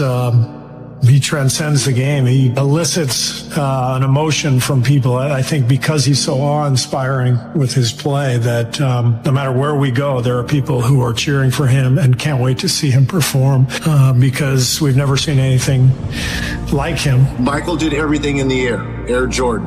He revolutionized the game. He changed the way we thought. The baggy shorts, the black socks, obviously the Air Jordans. Stephen Curry has taken shooting in the art form of it and moving without the ball to a different level. The first thing kids do, they know they can't dunk and fly like Michael Jordan, but they all believe they can shoot like Stephen Curry. And that's the first thing they do is start hoisting up threes to try and be like their hero, Stephen Curry. So you have heroes to most in Michael Jordan, and you have a lot of heroes in Stephen Curry. I see the comparison. And it's like, that's how we feel with you. You know what I mean? And Evan, you can kind of speak to it in terms of like the funny story where it's like, you hear those MJ stories, you see people on the bench. Like, when I watch him and he do stuff, I watch the other team bench. Dudes be like, oh! I told you one time, he told the story before, we were playing one time, you got so hot in a certain instance, I'm like, damn, like, you didn't hit 3 straight, when you hit the 4th, I wanted to like, turn up and be like, yo, go crazy. Go crazy. Like, because like when you're a fan of basketball, you're a fan of the game, you start to comprehend what you're seeing. As a fan and as a player, you always appreciate it. So it's always been that part where you can, really remove yourself with the game. And, we're all, at one point, we were all high-level basketball player and, big-time athletes. So, you can really appreciate what you do. Consistently the best shooter his whole career. I'm wondering, is it time to start putting him as the best player of all time? Best player? I'm saying. Oh, you put him over you? In the conversation. I'm asking you. Yes. You put him over you. You yourself Way put better. Steph Curry Yes. over you. Yeah, this way he's my favorite player because I'm not saying favorite. He might be my favorite too. I played 20 years, watched 20 years before that. I've never seen a guy like him, and he's doing it consistently, and he has championships. For all the chitter chatter, is it time to just put him in the conversation? I think he's a. I'm asking the fans, is it time to start putting him in the conversation as one of the best players ever? When it's all, but really he shoots those shots of the game. Yeah, this is a great time to practice. Like we all stretching, like he's gonna get unlimited of them. We stretching, we get loose. He's chucking it from half court. He's making them, and it's like, all right. So when he gets to the half court with 0.3, and he's asking for it, he makes it. It's like it's no surprise. So like seeing his preparation made me really want to be like, all right, I can shoot from anywhere. 1 second on the clock before halftime. Right. We have the ball out under our own basket, 94 feet away. He looks at the defense. He catches it, and he flings a shot 90 feet that actually comes kind of close, goes against him in the scoreboard. Yeah. That's a missed three, right? He takes these shots every game. When I played, and like most players, you get that ball, it's like, maybe you take a dribble, like, I don't think Big move. Throw a grenade everyone. This guy shoots every one of those shots. And I think part of it is he's one of the greatest showmen that I've ever seen. And you love to do something that nobody else does. And it took me a while to learn that, our first year together, you were taking some of those threes, and I had the voice of every coach I ever had saying, that's a terrible shot, that's a terrible shot, right? And then I realized, that's part of your superpowers that you love to put on a show. It also wins. This is not just doing crazy stuff for the hell. This helps us win. Greatest shooter we've ever seen, hands down. The shots that he makes is by far some of the toughest shots I've ever seen taken. Wow. Let alone crossing, made. Let alone made. Exactly. Crossing over behind the back, just letting it go, turning around, just running the other way, and then ain't nothing else to be said. When I let this thing go, don't go for the rebound. We need to get back. And that's extreme. I mean, not only is it extreme confidence, but that's a talent, man. That's a talent and a half. His dad is obviously arguably one of the top 15, 20, depending on what are you going by as shooters. But for him to make all of those shots off the dribble, pulling from half court, that shot he made against Oklahoma City 2 years ago, Coming across half, ridiculous, crazy. Well, but him getting Steph is listening to Steph's workout, and I know how OCD you are. People don't understand the amount of energy that he has to use every single day. It's next level. Even for athletes, even for guys that do this for a living, you're like, this man has to run around for 48 minutes every single night doing what he does. You don't see that coming. And so it's a compliment to those guys to figure out an equation that no one ever has. And they just dominated with it. The year Steph hit that shot in the corner in New Orleans, I saw that live. I had 16 points in that game. Yeah. I saw that live. Yeah. The chef, bro. That's when the chef started taking over. That's when he was like, hey, LeBron is LeBron, but hey, I'm here. It's because Steph is so random. Yeah. You can practice, but you don't know what he's going to do. There's no rhyme or rhythm to because he reading you. Yeah. Steph is right behind Magic. I can't put anybody else ahead of Steph but Magic. Oh my God. Ever see another Steph Curry? I think this is truly a one-off. He's been a game changer. I mean, Ray Allen probably is getting 3 to 5 a game, whereas Steph is probably getting 10 to 15 a game. So I don't see any players in the league that can really change this landscape unless him and Clay get on separate teams. And to see that he do not get the respect that he deserves from the way that he plays the game of basketball. he's not just a great shooter. He's not just a guy who handles the ball before the games and pregame. Like, he plays the game at a level that I haven't seen anyone play the game. Steph's done economical. Steph's unbelievable. I can't believe the kind of shape he must be in as fast as he runs. Yeah, the whole game, every game. That was said. Yeah. It's what amazed me playing him in the finals. I just, one of the things I said over and over in that series was like, I know they're running fast, but you got to run fast too. We got to run fast too. Keep chasing them, like play tag and keep chasing them because it's like nonstop. We'll give him 6'3". He's a 6'3" guard who has never had the pop and the burst and the leaping ability of some other incredible guards of this era. He won the MVP in 2015. He won the MVP in 2016 in his 20s. He's 35 now. I think Steph Curry is better now than he was back then. That is remarkable. Yeah. Let's not take it for granted. Wow, so your brain doesn't really know the difference between, say that again? Between something that happened in real life or something that you strongly visualize. Wow, it's the same reason why when we watch a movie or something, we're able to get lost in it. Yeah. We're able to believe in it because so you could create enough of a visualization for yourself if you really were to powerfully start to focus on it and do that and build that ability to visualize something that your brain at one point would have to think it's so true that the world would meet you and put it into your life. I love the way you put that. Wow. You see, the most magnetic thing in this world is to rest fully in your own energy. When you stop trying to become and simply allow yourself to be, your frequency aligns with the universe itself. Because how you see yourself is how the universe experiences you. You are creators. Every human being is a creator. As you think, so shall you be. I believe we're creators, and I believe we create with every thought and every word. We really do paint our world with our thoughts. You can almost create your entire world. Not almost, you actually can. Yes, you can. But we can all do it. That's why we don't realize the power we have. If you can see it, you can do it. Own who you are, because then your creative abilities will come forth. That's what we are. We are creators. We are manifestors. What do you want to do in your life? Where do you want to go? What do you want to make happen? What do you want to make happen for between now and the end of the year? Think about it for a moment. Don't think of why you can't. Doesn't matter how much money you've got. Doesn't matter how much help you've got. Build a vision of what you would like to accomplish between now and the end of the year. And then make a written description of that vision. Paint the picture with words. You can go either way with this. You can start writing the picture and it'll come on the screen of your mind, or build a picture and then paint it with words. Vision. Vision is going to direct your life if you let it. Use it constructively. See what you want.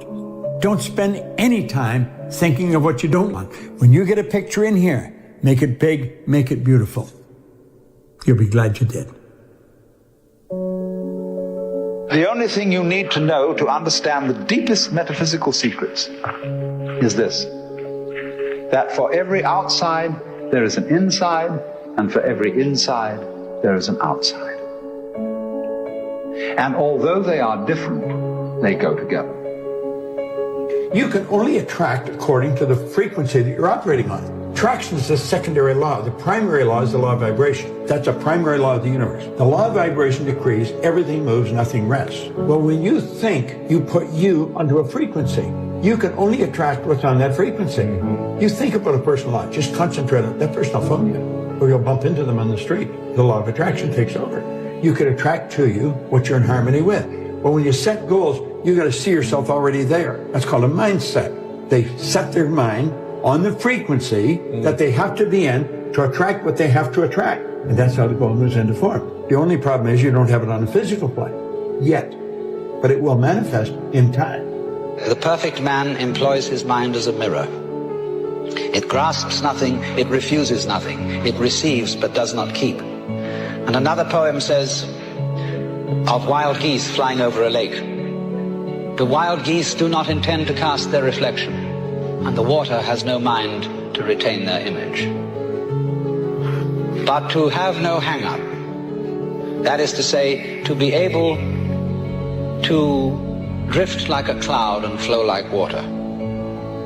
Seeing that all life is a magnificent illusion, a playing of energy, and there is absolutely nothing fundamentally to be afraid of.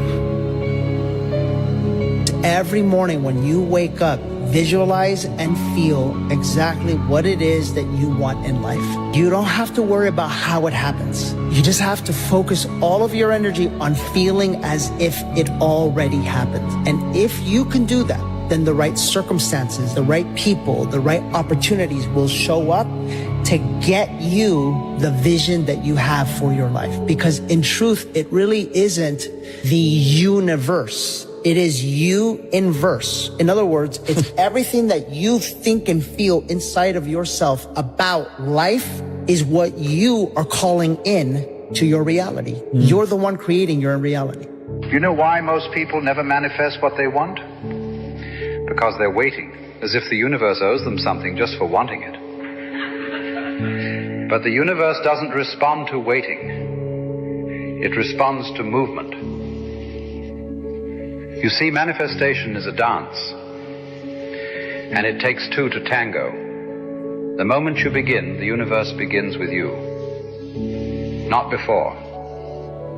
You are the catalyst, the initiator, the one who must step into the unknown first. No one is coming to save you, because you were never meant to be saved. You were meant to awaken. So make the move, and watch how reality bends to meet your stride. The universe only gives us what we think we're worthy of receiving. So then people who show up for themselves every day, they start feeling pretty damn worthy. Like, they're like, I'm worthy for this. Not like in an entitlement way, like something, they just like, I feel like it's going to happen. I'm worthy for it. You're not ready for what you want until you believe you can get it. All things are possible if you believe. And you get it when you believe it. You get it when you believe you have it. And that's the key. It's like people still, they sit around going, when's it going to come? When's it going to come? When's it going to come? When's it going to come? And that's the wrong way. You have to go. It's here. Before you go to sleep every night, visualize yourself being, doing, and having the good which you desire. And whatever idea you lift up before you go to sleep, that idea is impressed upon the subconscious and it draws that to you. You'll wake up in the morning and the right ideas will just be clicking in your head. You'll meet the right people for the right purposes at the right time. You'll meet strangers, but they'll be right for your right purpose. People will do things for you and they won't even know why. Always visualize just before going to sleep. That's the one most important time, if there is a one most important time. Every time you say, I am not, I cannot, I have not, you are, whether knowingly or unknowingly, throttling that great presence within you. Every single time that you use the words, I am, you are citing the name of God. You must be conscious of how you use these words. I am strong. I am well. I am content.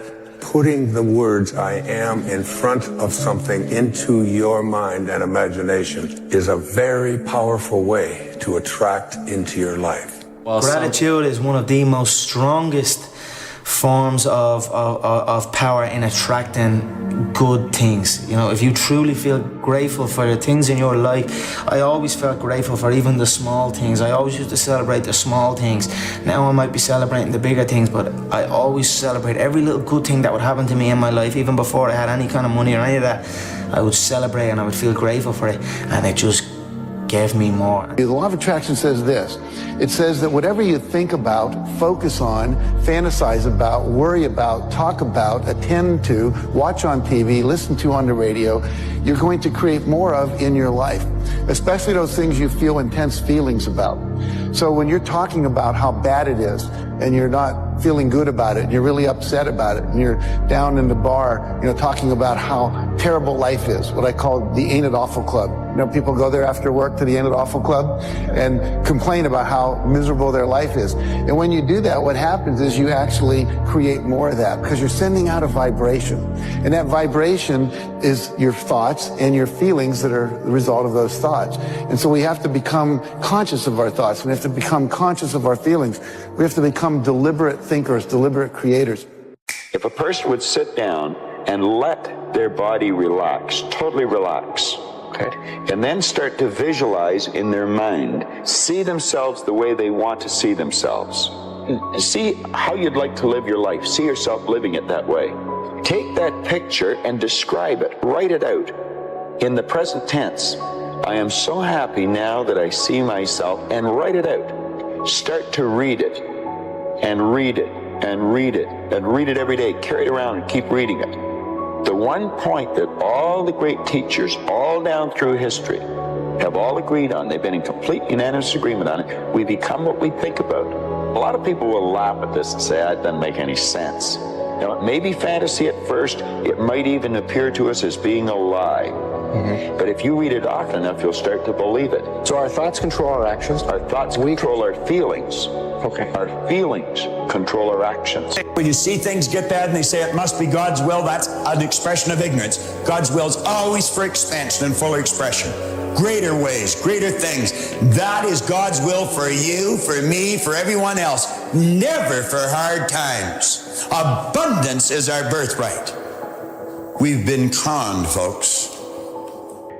Start working for yourself. Sky's the limit.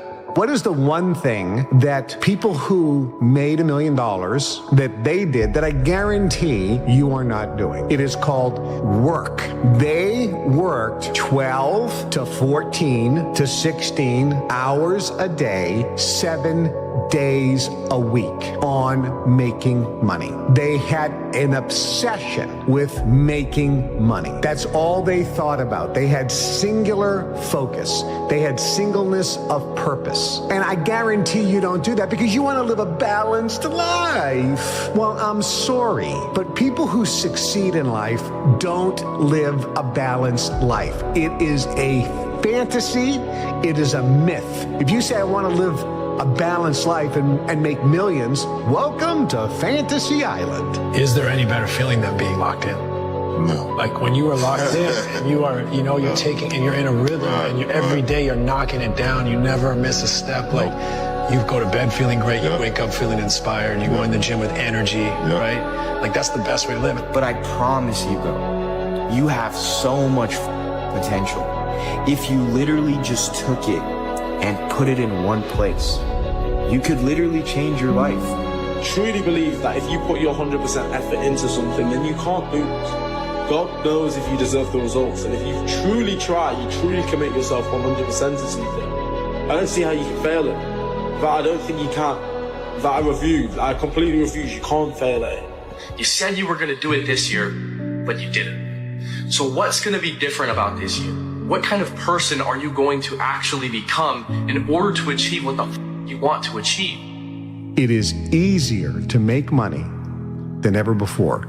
You can make more money faster today than ever before in history.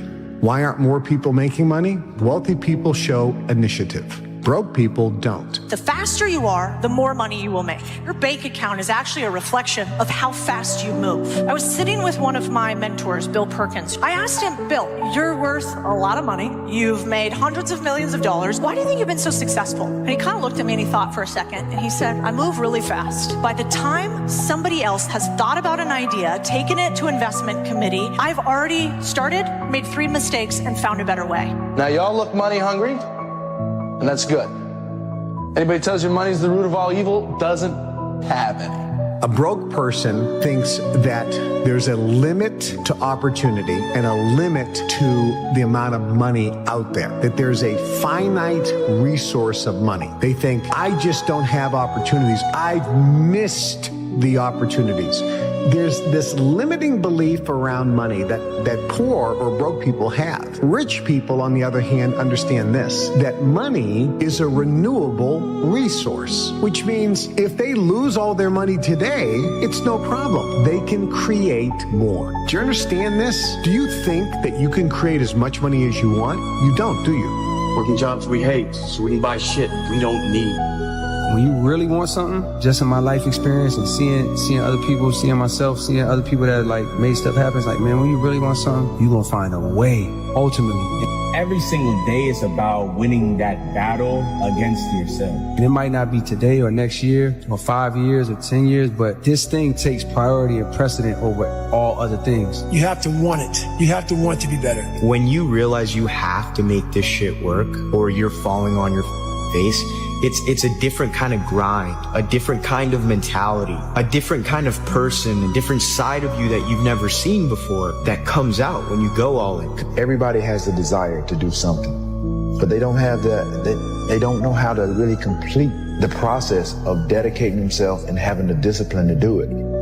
This shit is worth more money than anything ever because you can make so much money off of this, bro. Look at me crazy, call me crazy in the beginning, but once I'm making millions of dollars, playing video games, having fun. We are creative beings, and we can create money. Not that we can, we actually do. That's how money manifests in people's life. They create it. And when you have this mindset, the universe will then present to you and have bubble up ideas about how to make money. Let's consider money butterflies. So let's say you want to catch butterflies. Butterflies equate to dollars. There's two ways that you can gather butterflies. The first way is build a net, right? Build a massive net. It doesn't matter how optimized the net is. It doesn't matter how sophisticated it is. You always have to swing in order to catch butterflies. That's most people hustling. That's where most people start. But you need to develop a second skill set, which is how to attract butterflies.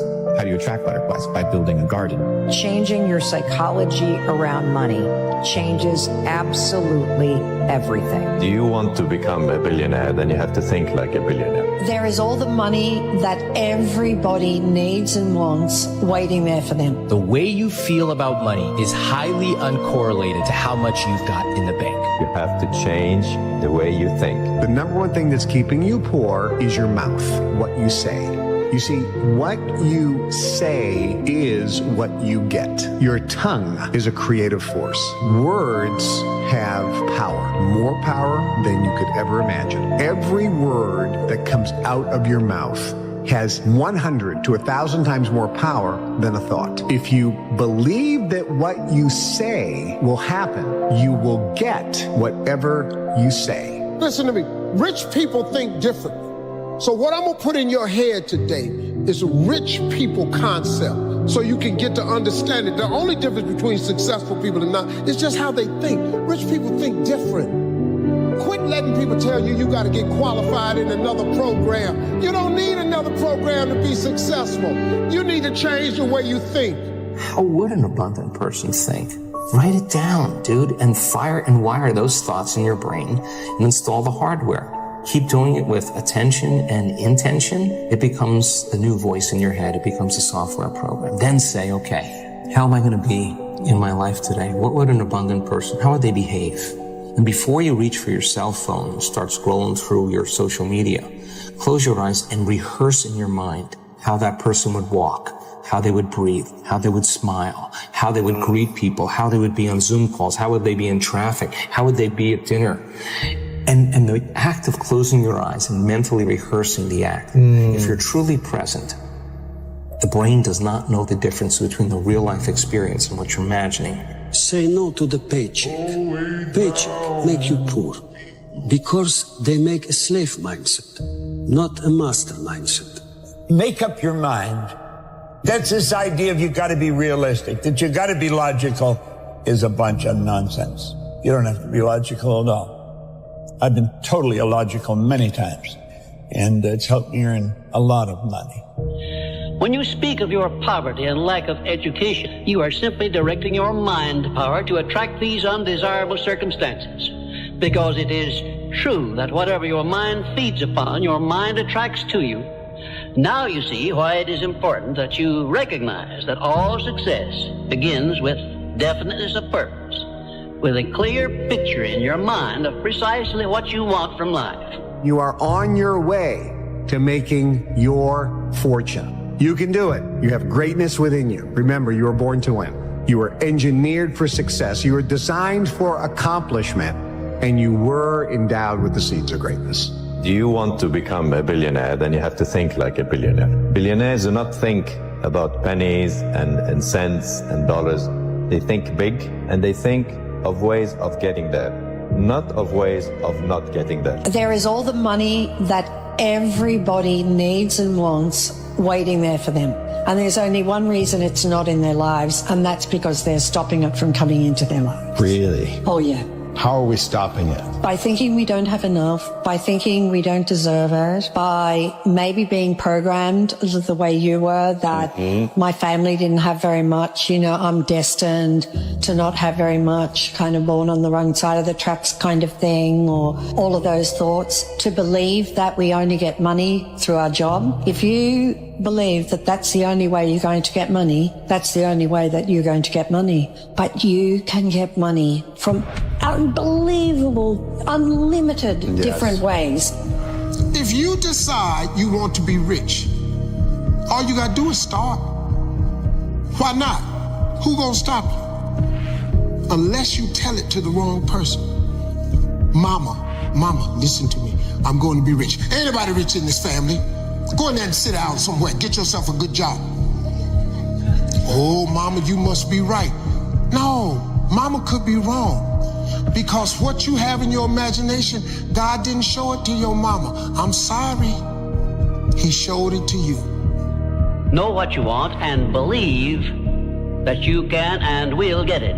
Give expressions of gratitude many times daily for having received that which you want, even before you actually get physical possession of it. Possession starts first in the mind, but please remember this.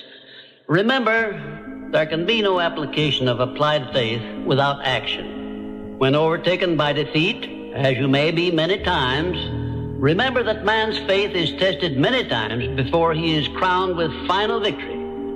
And accept your defeat as nothing more than a challenge to keep on trying. But I'm starting to realize, bro, when you dance to your own rhythm, when you play by your own rules, and you living through your vision, that's a perfect indication you're doing it correctly. Because they literally don't see what you see. They don't see it. They don't see what you see. They don't see as far as you see. And they don't understand why you see what you see. They don't even understand where it's coming from internally. They don't. I didn't get that back then. I just knew I had the desire for more. I knew I had a vision that I couldn't ignore. There is no end to what you're capable of doing. Once you get into this vibration, you'll start attracting things. Opportunities are just going to pop up everywhere you go.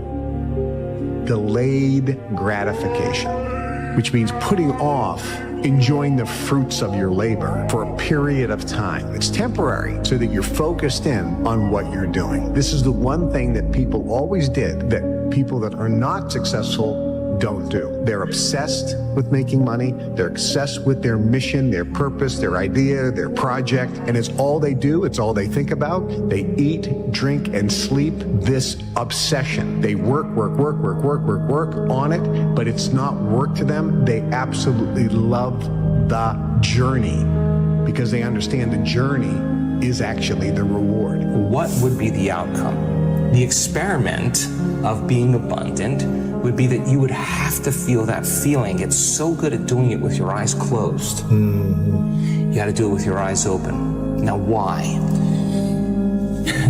Because if you're feeling the feelings of your emotions, of your future, you're no longer looking for them. You can do whatever you make up your mind to do.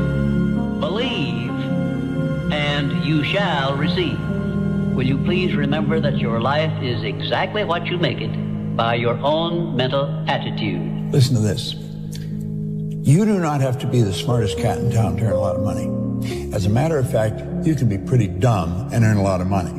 I was pretty dumb and I was earning a lot of money. So when people tell me you got to be smart to earn a lot of money, I know that's not true because I knew I wasn't very smart and I was earning a lot of money. If you complain about money, if you judge people who have it, if you rush when you're in lack, if you cheat when you don't have what you need, an abundant person doesn't do that. You got to look at that and say, I got to break these habits. Yes. Oh my God, if I truly want to be abundant, I can't act this way. Now here's the big one. If I truly want to be a new personality that's in a new personal reality, I can't take lack with me. I can't take unworthiness. I can't take the story that goes along with it with my parents or my grandparents or my ex or whatever. That story has to end. When people look at the money that they're making and then the amount of effort that it takes them to make that money, they're like, you know what, at least I worked hard for my money.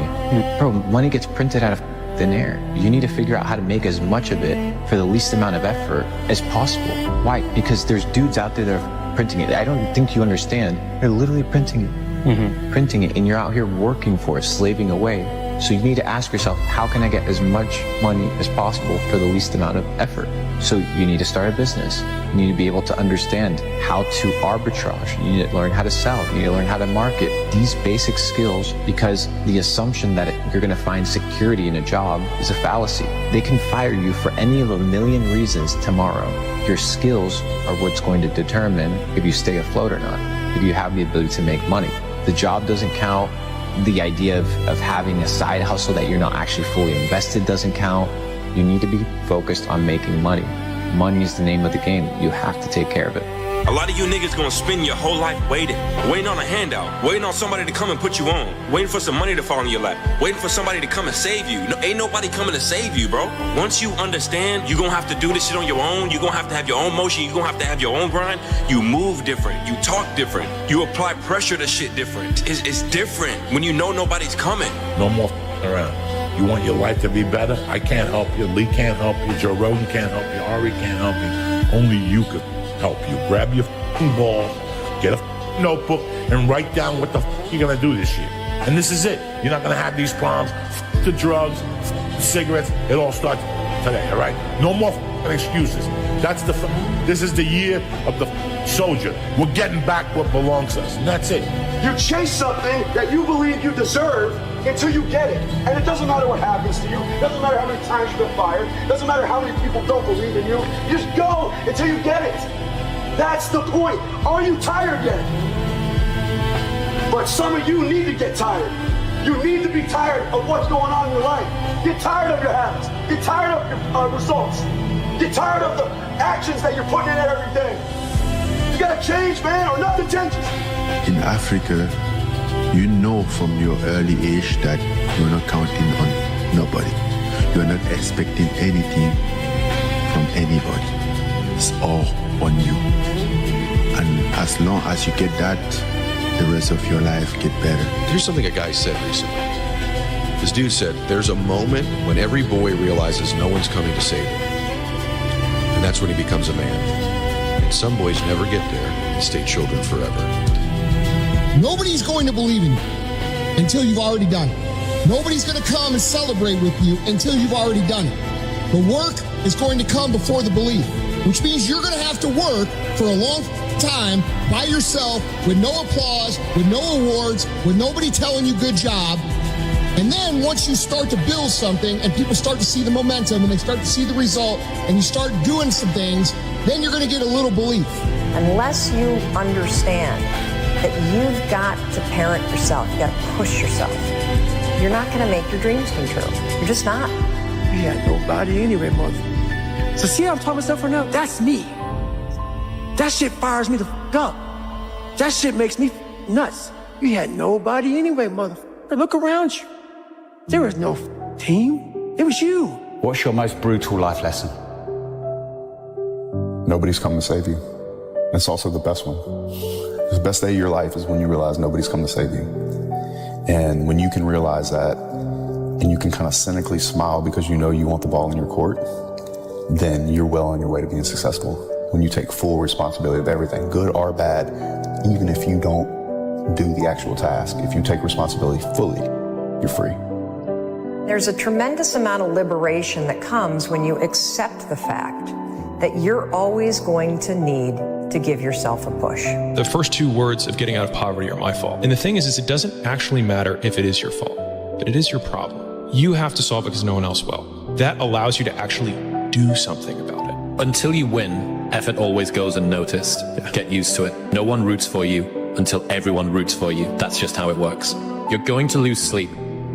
You'll doubt whether it'll work. You'll stress to make ends meet. You won't finish your to-do list. You'll wonder whether you made the right call and have no way to know for years. This is what hard feels like. Everything worth doing is hard. And the more worth doing it is, the harder it is. The greater the payoff, the greater the hardship. If it's hard, good. It means no one else will do it.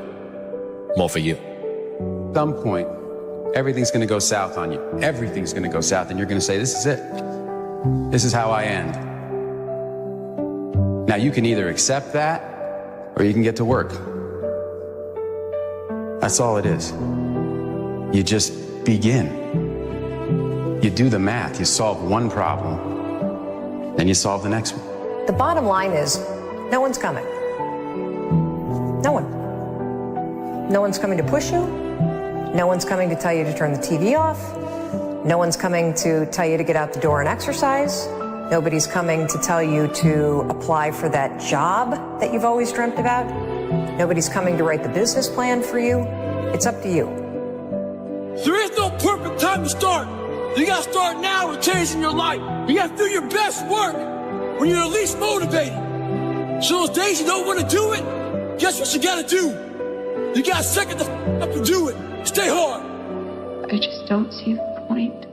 This idea you have that there's a way to be safe, it's childish and cowardly. It stops you from experiencing anything, including anything good. Once you've already won, people are like, he's amazing, he's so good. But like, that's the time when you need it the least. You always have to be the person who roots for you before everyone else does. And it's usually a single clap in the auditorium for a very long period of time. It is a slow clap that's just you. The difference between should and must is reasons. Reasons come first, answers come second. If you got strong enough reasons, if you got a big enough why, you can figure out how to do anything. Why the don't you want to be in better shape? Why don't you want to be more successful? Maybe you can't find your why because you're lazy. Maybe you can't find your why because you have zero in ambition. Regardless, you need to go out here and find it. If the why is powerful, the how is easy. But if the why isn't strong, if your goals aren't powerful, if the vision isn't clear, the old prophet said, without a vision we die, without a vision we perish, without a dream we're nothing. What's the chance of you making $1 million this year? Give me numbers. And everyone's like 0%, 0%, 0%. 1%, there's always 1%. It's like 5, and that's like the most it'll get to. And I said, okay, I'm gonna give you the most extreme example, but I just wanna see what happens, okay?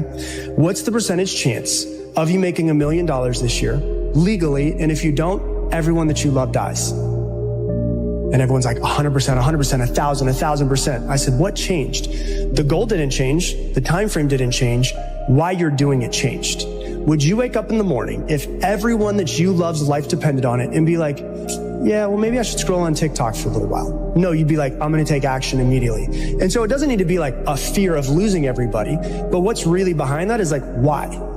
So you never wanted a regular type life, right? The is that, barbecues and ball games? Yeah. If you want to feel like your life has meaning, if you want to go to bed and sleep with a clear conscience, if you want to wake up in the morning looking forward to the day, purpose is a more meaningful, more reliable category than happiness. How do I know? A lot of people, when they think of the phrase, how do I know, they always want to put the what behind it. How do I know what I'm supposed to do? The question that you really should ask is, how do I know why I'm here? Because when you know your why, your what becomes more clear and more impactful. In order to be successful, you need to have a powerful why. Why do you want to be successful? Why do you want to achieve great things? Why are you doing the shit that you're doing on a daily basis? Why? I ask people this on a daily basis and everybody gives me these generic answers. Because I want to help people. Because I want to give back. Because I want to live a happier life. Why? What's the why here? Why do you want to do these things? Why do you want to feel this way? Why do you want to help people? Why do you want to give back? What's the reason? If you don't have a powerful reason, you're never going to reach your goals because you don't have something that's pulling you towards them. You don't have something that's going to wake you up before your alarm goes off. That why is everything. My why is very simple. I want to be remembered forever, and I want to inspire one person a day because I know what it's like to struggle with the drugs and the alcohol and feeling like you're alone in life, having nobody to help you. What's your why? You know, when you're built different than everybody else and you have this desire for more and this desire for achievement and this desire to win, everybody else looks at you like you're, and they'll tell you that too. You know, what's wrong with you? Like, why can't you just relax? Why can't you just do this? Because I'm just not built that way, man. How do I manage all this misery and suffering and futility? It's like, well, I need to figure out what I would have to do in order to make that clearly worthwhile. And so then you have your goal and then you think, well, I need to move towards that incrementally because I'm kind of useless and can only do so much and maybe not even that. But all I have to do is be a little bit better than my miserable self yesterday.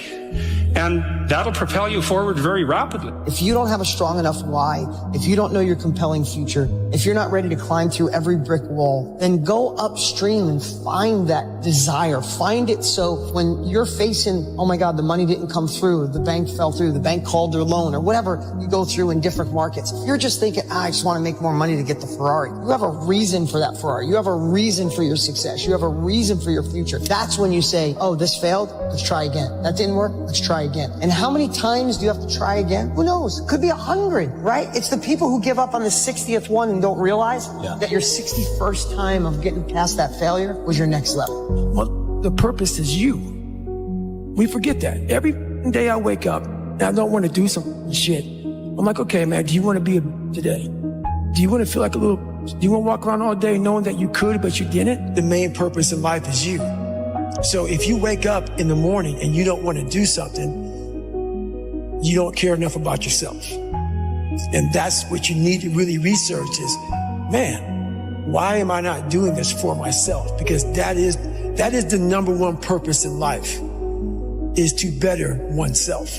What's your rabbit? So what you focus on each day? What you running after? What you chasing after? You may not apprehend it, but what gets you out of bed without an alarm clock? What gets you going when you don't feel like it? What makes you go get it when everybody say you can't? If you don't know where you want to go or who you want to be, you eventually just float around and you will eventually crash. Most people walk around with no goals, no ambition. They don't know where they're going. It's like a ship with no destination. If you don't know where you're going, you'll never get there. Once you know where you want to go, then you direct your time, your energy, and your attention to the execution and the achievement of that goal. It's all about intention. But most people walk around in life thinking that life is just a big fat lottery. And it's just not that case. Those that live by the lottery of life most likely end up losing. Make up your own mission statement. What do you want to be in life? And once you do that, now you can work with somebody to get better. You can work with yourself to get better. But until you know what you want to stand for, you will always just be sitting down. You'll never stand for anything. The first question people go to is how? And that's the wrong question. How is absolutely the wrong question to start with, because if you've never done it before, what that produces is uncertainty. If you have uncertainty, then you don't execute at the same level. It's like people say knowledge is power. We all know that execution is power. Knowledge is potential power. Execution beats knowledge every day of the week. So my bias is towards action. Even if it's the wrong action, you're going to learn quicker than if you do nothing. But the challenge is people are asking how, and that produces uncertainty. What you got to ask is what and why. Most people are afraid. Most people have been through shit in their life, and you have to really tap in, and you really have to get clear on your why and your driving force, and you have to face your fear. And until you do, you're not going to get what you want in life. And that's what holds most people back. At a burrito, I came back and I'm in the law. When I walk in, I sit down, the doctor comes up and he says, "Oh my, I can't believe these arteries are in that young body." He goes, "Let me ask you a question. I heard your wife's pregnant. I said, "Yeah, I have a son." And he says, "Do you want to be there when he graduates from high school?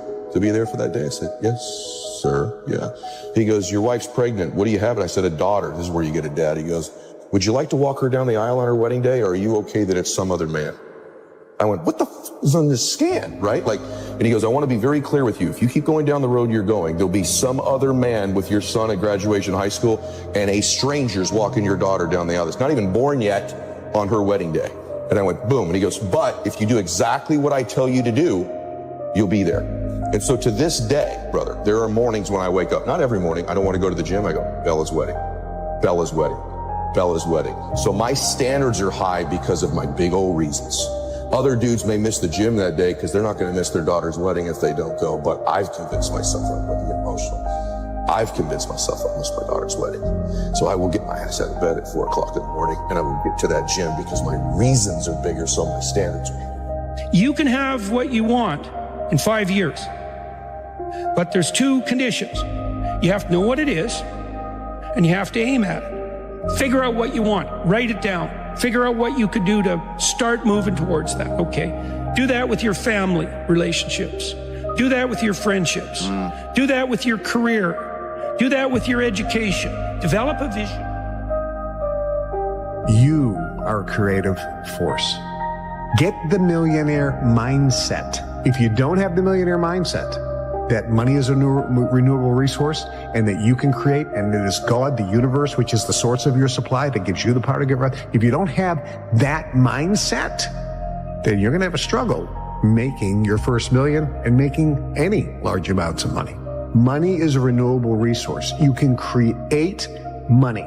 Now let me give you a description of the one thing which represents the main difference between a successful person and a failure.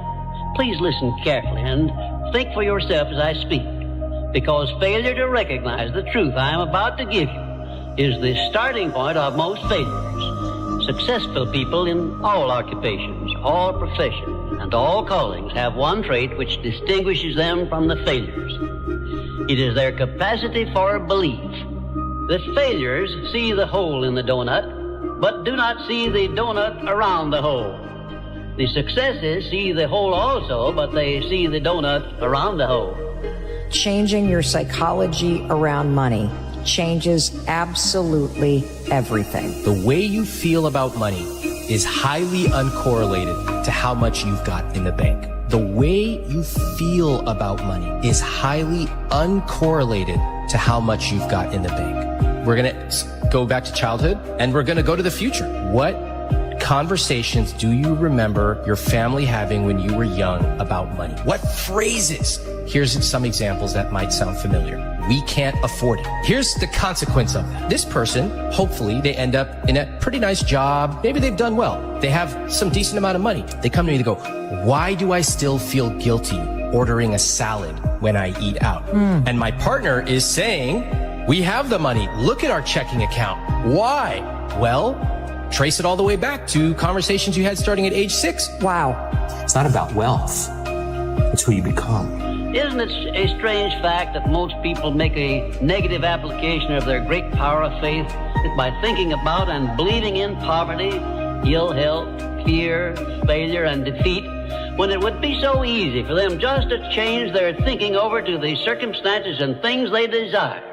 If you aim for success above mediocrity, you will need to learn to act on your own personal initiative, because your success is something which you must achieve for yourself without someone telling you what to do or how to do it. There are 2 kinds of men who never amount to much: those who cannot do as they are told, and those who can do nothing else. Most people learn how to fail and not to succeed. It's a mindset. It's a mindset. When they developed Tesla, everybody thought, not a new idea. But they were persistent, they were convincing, and they could see something that most people did not see. The same thing with Google, the same thing with Apple. They were providing something that people were looking for, but they did not know how to put it together. So if you want to be a billionaire, you have to start thinking what will work and not only what will fail. Billionaires look at their experience and say, this did not work, what can I learn from it? You have to change the way you think. Think about it. There's been many periods in my life that I've had internal growth, which was this: work, work, work, work, work, no results, but I'm a little bit better. Work, work, work, work, work, work, work, work, work, no results, but I'm a little bit better. Work, work, work, work, work, no results, I'm a little bit better. Work, boom, just got paid. just got paid. And it looks like overnight success. It's like, oh, man, it happened in a year. No, bro, it doesn't. Because if you do all those things, even if nothing happens and you know you're doing the right thing and you're on track, overnight success becomes this easy thing because you were internally growing and then the bubble popped. And then boom, it looks like you were doing it all along. You want to make money, the key to making money is serving the most amount of people. The more people you serve, the more money you make. People always say, athletes make so much money. Doctors should make more money than athletes. But I'm like, wait, how many patients you got? How many patients you got? The doctor got 30 patients. Well, you got 30 patient money. But how many people are enjoying watching LeBron play? Hundreds of millions? So he gets hundreds of millions of dollars. I said, dude, don't ever get it twisted. You serve more people, you get more props, you get more money. Another way to get wealth is through servanthood. Listen very carefully. The more people you serve, the richer you become. The more people that you can serve and the more needs you can meet, the more successful you become. If you're going to put your effort into something and you're going to work on something, you cannot afford the luxury of a negative thought. I'm going to write a book. I can't afford to think that it won't sell. I'm going to build a business. I can't afford to think that I'm not going to get any clients. Do not accept from life or anyone else anything you do not desire. And remember that Mahatma Gandhi proved himself to be more powerful than the great British military forces by this simple method of passive resistance. Keep your mind eternally engaged in thinking of that which you desire most, your major purpose in life, so no time will be left for you to waste on thinking of that which you do not want. The more I listen to this, the better my life gets. If they don't have what you want, don't listen to what they say. There's no greater waste of time than justifying your actions to people who have a life you don't want. Write out this sentence and paste it in a prominent place where you work and on a mirror where you see yourself in your home. Whatever the mind can conceive and believe, the mind can achieve. Remember also that you are the only person who can provide you with a positive mental attitude. What are you going to do about it? On your answer to this question rests your entire future. Opportunities in life are like trains.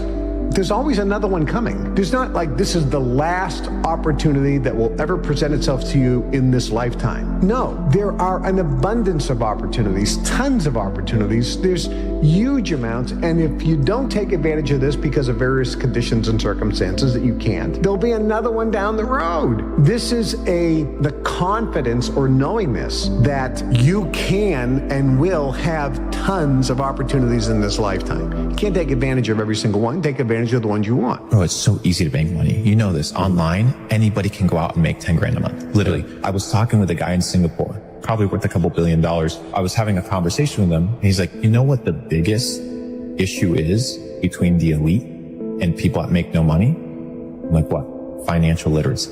He said most people are financially illiterate, and it's a language.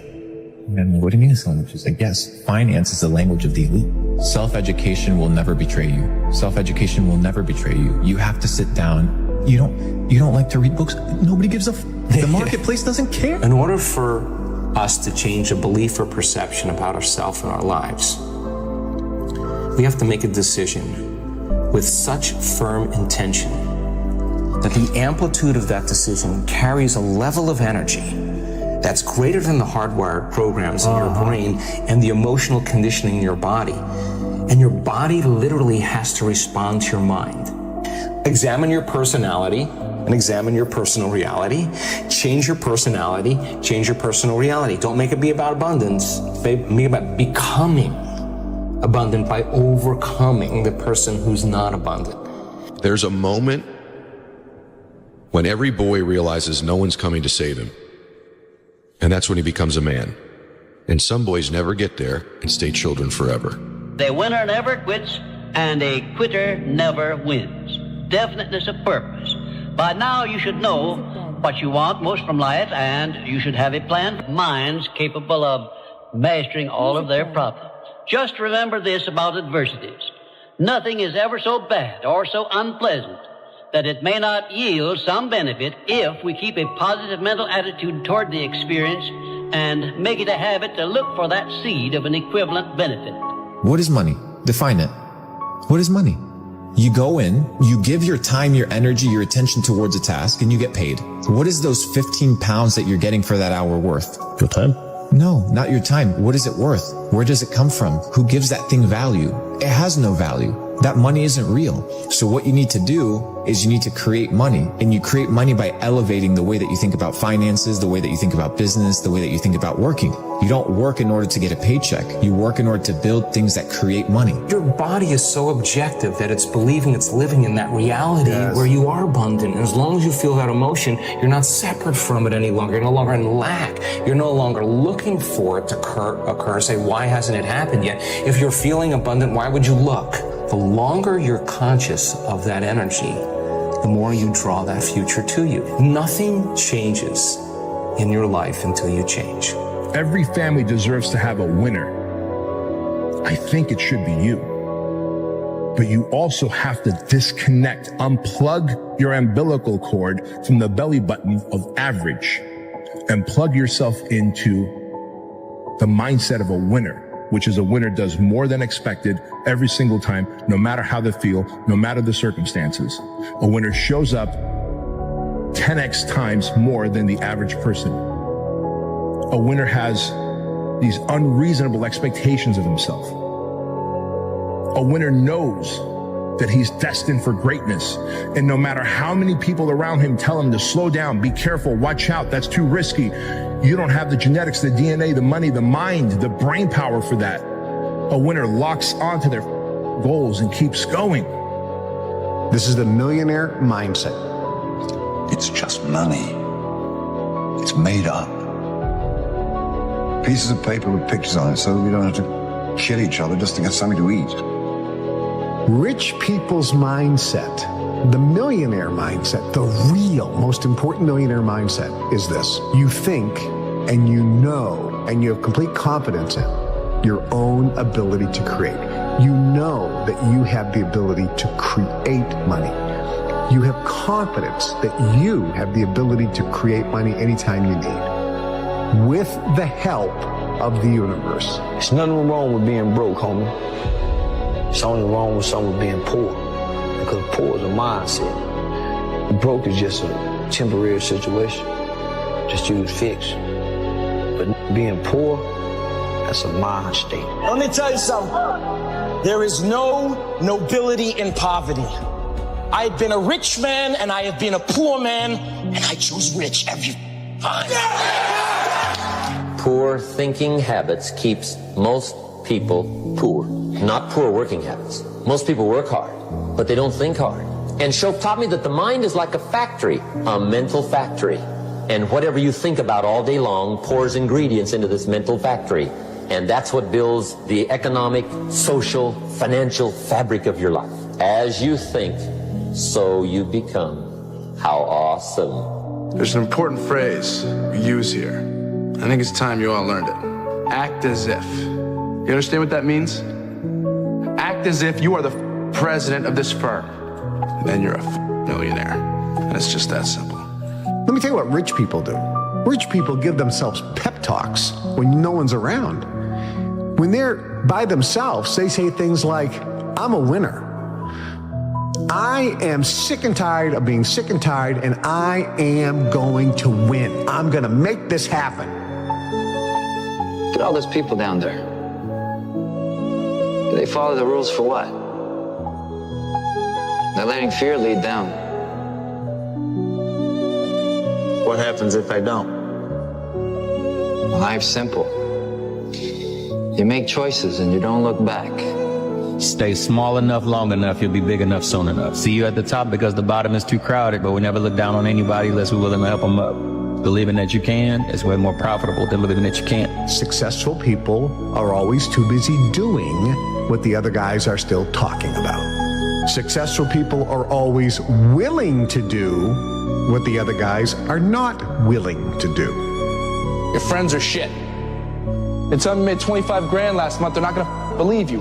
Them. Parents don't like the life you lead? you, Mom and Dad. See how it feels when you're making their excess payments. Set a goal to become a millionaire. Here's why. For what it will make of you to achieve it. Set a goal that'll make you stretch that far.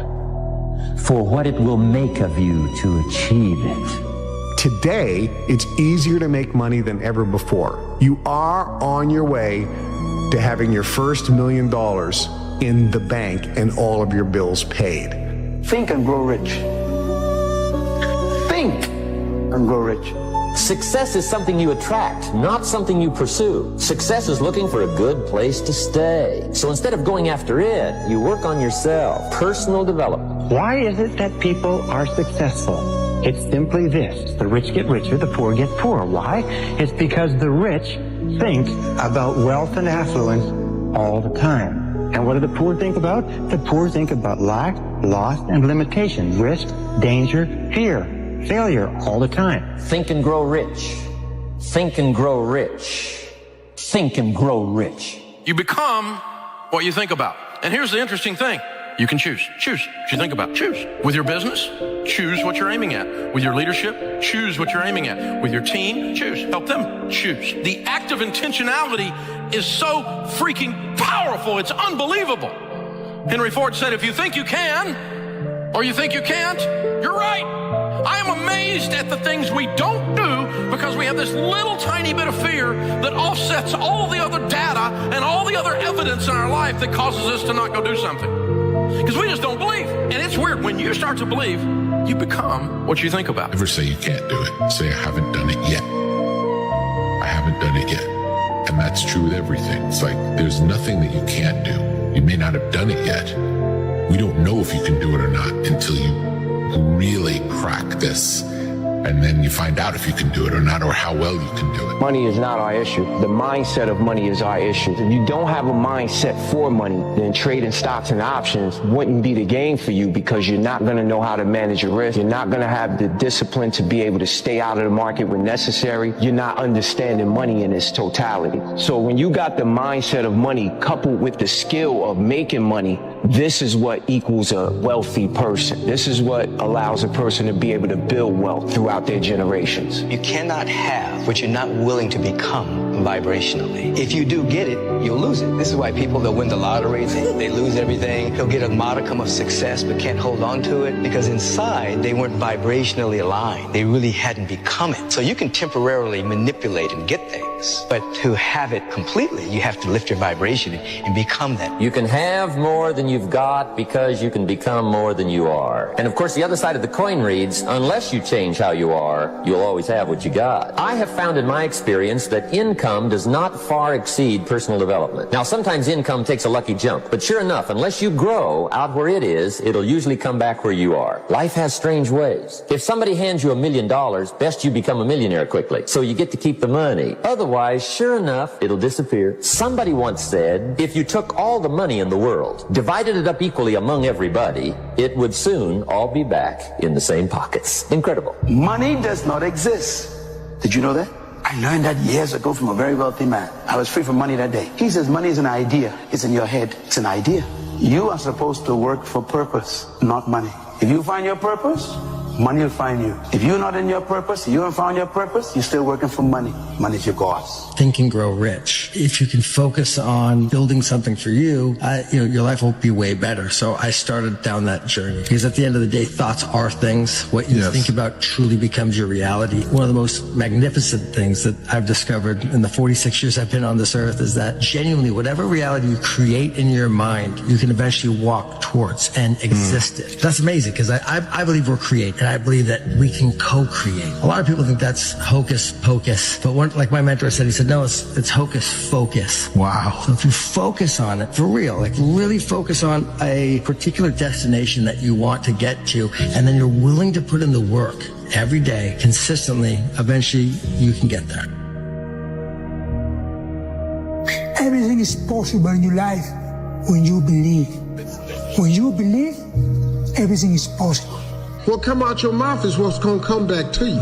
It's the law of attraction. All men are dogs. You finna meet all of them. I never get nobody. You're not. I can't lose this weight. You sure ain't. I'm gonna get fit this year. Strong possibility. I'll never be rich. Promise you won't. I'm gonna be rich one day. Strong possibility. It's how it works, man. It is the law of attraction. The moment you say it, you begin to change. It's the process. If you think big, you'll be big. If you think small, you'll be small. A negative mental attitude can bring you nothing but failure. Remember always, you are where you are and what you are because of your mental attitude in which you relate yourself to other people. Remember also, your mental attitude is the one and the only thing over which you have complete control. Success is something which has to be planned, and success is something which has to be earned. Anything that you can hold in your mind on a continuing basis, you can be, have, or do. You will become what you think about. Your only job is to make a very, very clear decision about the person you want to be, the things that you want to have, the goals that you want to accomplish, and then make sure that you feed your mind continuously, day by day, week by week, hour by hour, with words, pictures, images, ideas, thoughts, and information consistent with your goals and your ideals. You cannot have wealth in your material world until you first visualize the wealth in your mind. If you get a picture of what you really want, then it's just a matter of time until you have it. They keep reminding yourself that you have tremendous reservoirs of potential within you, and therefore you are quite capable of doing anything you set your mind to. You really can. So all you must do is figure out how you can do it, not whether you can or not. About 5 years ago, I met a wise and wealthy man who had spent his entire life studying success. And he'd reached a clear conclusion concerning the reason for success in life and especially in business. He's dead now, but I'll never forget what he told me. He said the key to success was to set a goal and then to stay with it until you achieve success in at least one important thing. He said that your subconscious mind will then accept that success experience and store it as a pattern, like a template. And then from then on, your subconscious will drive you and direct you and guide you to repeat the pattern of success in other things that you attempt. Another way of saying it is that nothing succeeds like success. Psychologists have demonstrated that achievement brings you a natural high. Once you've experienced your first great success, then not only are you unconsciously programmed to repeat it, but nothing else will ever give you the same wonderful sense of satisfaction. Don't ever let somebody tell you you can't do something. Not even me. You got a dream, you got to protect it. People can't do something themselves. They want to tell you you can't do it. You want something, go get it. Period. When you realize how powerful your mind is, you can create anything you want. This is the goal, the main thing of being alive is learning how to create. And now when the veil is thinning, we're moving into this new earth, we're into the shifting, we're bringing all these abilities back. This is what you're supposed to learn how to do. This is your movie. So you are the producer, director, an actor in your own play. You're also the script writer, but the script isn't written. It's written as you go along. You can change it any time you want. You can create anything. You know the only difference in steam and ice is the state of vibration of the water or the H2O. Do you know the only difference in where you are versus where you want to go is your state of vibration? Do you know that everything to get you there is already here? And it always has been. You know, when you take an idea and you impregnate it over and over again, you impregnate that idea into one cell. When you impregnate that idea into the cell, that cell is dividing 1 into 2, 2 into 4, 4 into 8. And the process goes on at the rate of 50,000 cells per second. And the more and more you act on it, even though you don't feel good about it, but you work with the idea, you start to develop this change in vibration. But what is really happening is you're impregnating the cells with the characteristic or the idea. What we need to do is we need to constantly think about where we're going, what we want to do, and we start to increase our level of thinking by vibration, and we begin to attract thoughts of a like nature that'll move us in that direction. How badly do you want what you want? How badly do you want it? Or do you want it at all? You see, there's an awful lot of people who want an awful lot of things. But how badly do they want it? If you want it so badly, if you want it with tremendous intensity of desire, there's really nothing in the world that can stop you from getting it. There's an interesting story was told about Socrates, and Socrates was talking to one of his students, and the student said, I am hungry for knowledge. What can I do to increase my knowledge? And Socrates said, knowledge is something that is readily available and easy to get if you want it bad enough. He said, I'm sure I want it badly enough. And Socrates said, come with me, and he walked him offshore into the ocean and walked him offshore into the Aegean Sea. And they got about 3 or 4 feet, and Socrates, a very, very strong man, grabbed the young man and put his head under the water. And the young man began to struggle and struggle and struggle and finally became incredibly frantic and finally brought him up. And he said, now what did you want while you were under the water? And he said, all I wanted was air. He said, all I could think of in the whole world was air. He said, when you want knowledge with the same intensity that you wanted that oxygen, you will get all the knowledge that you could desire. And when you want anything with great intensity, if you have the desire, you'll get it.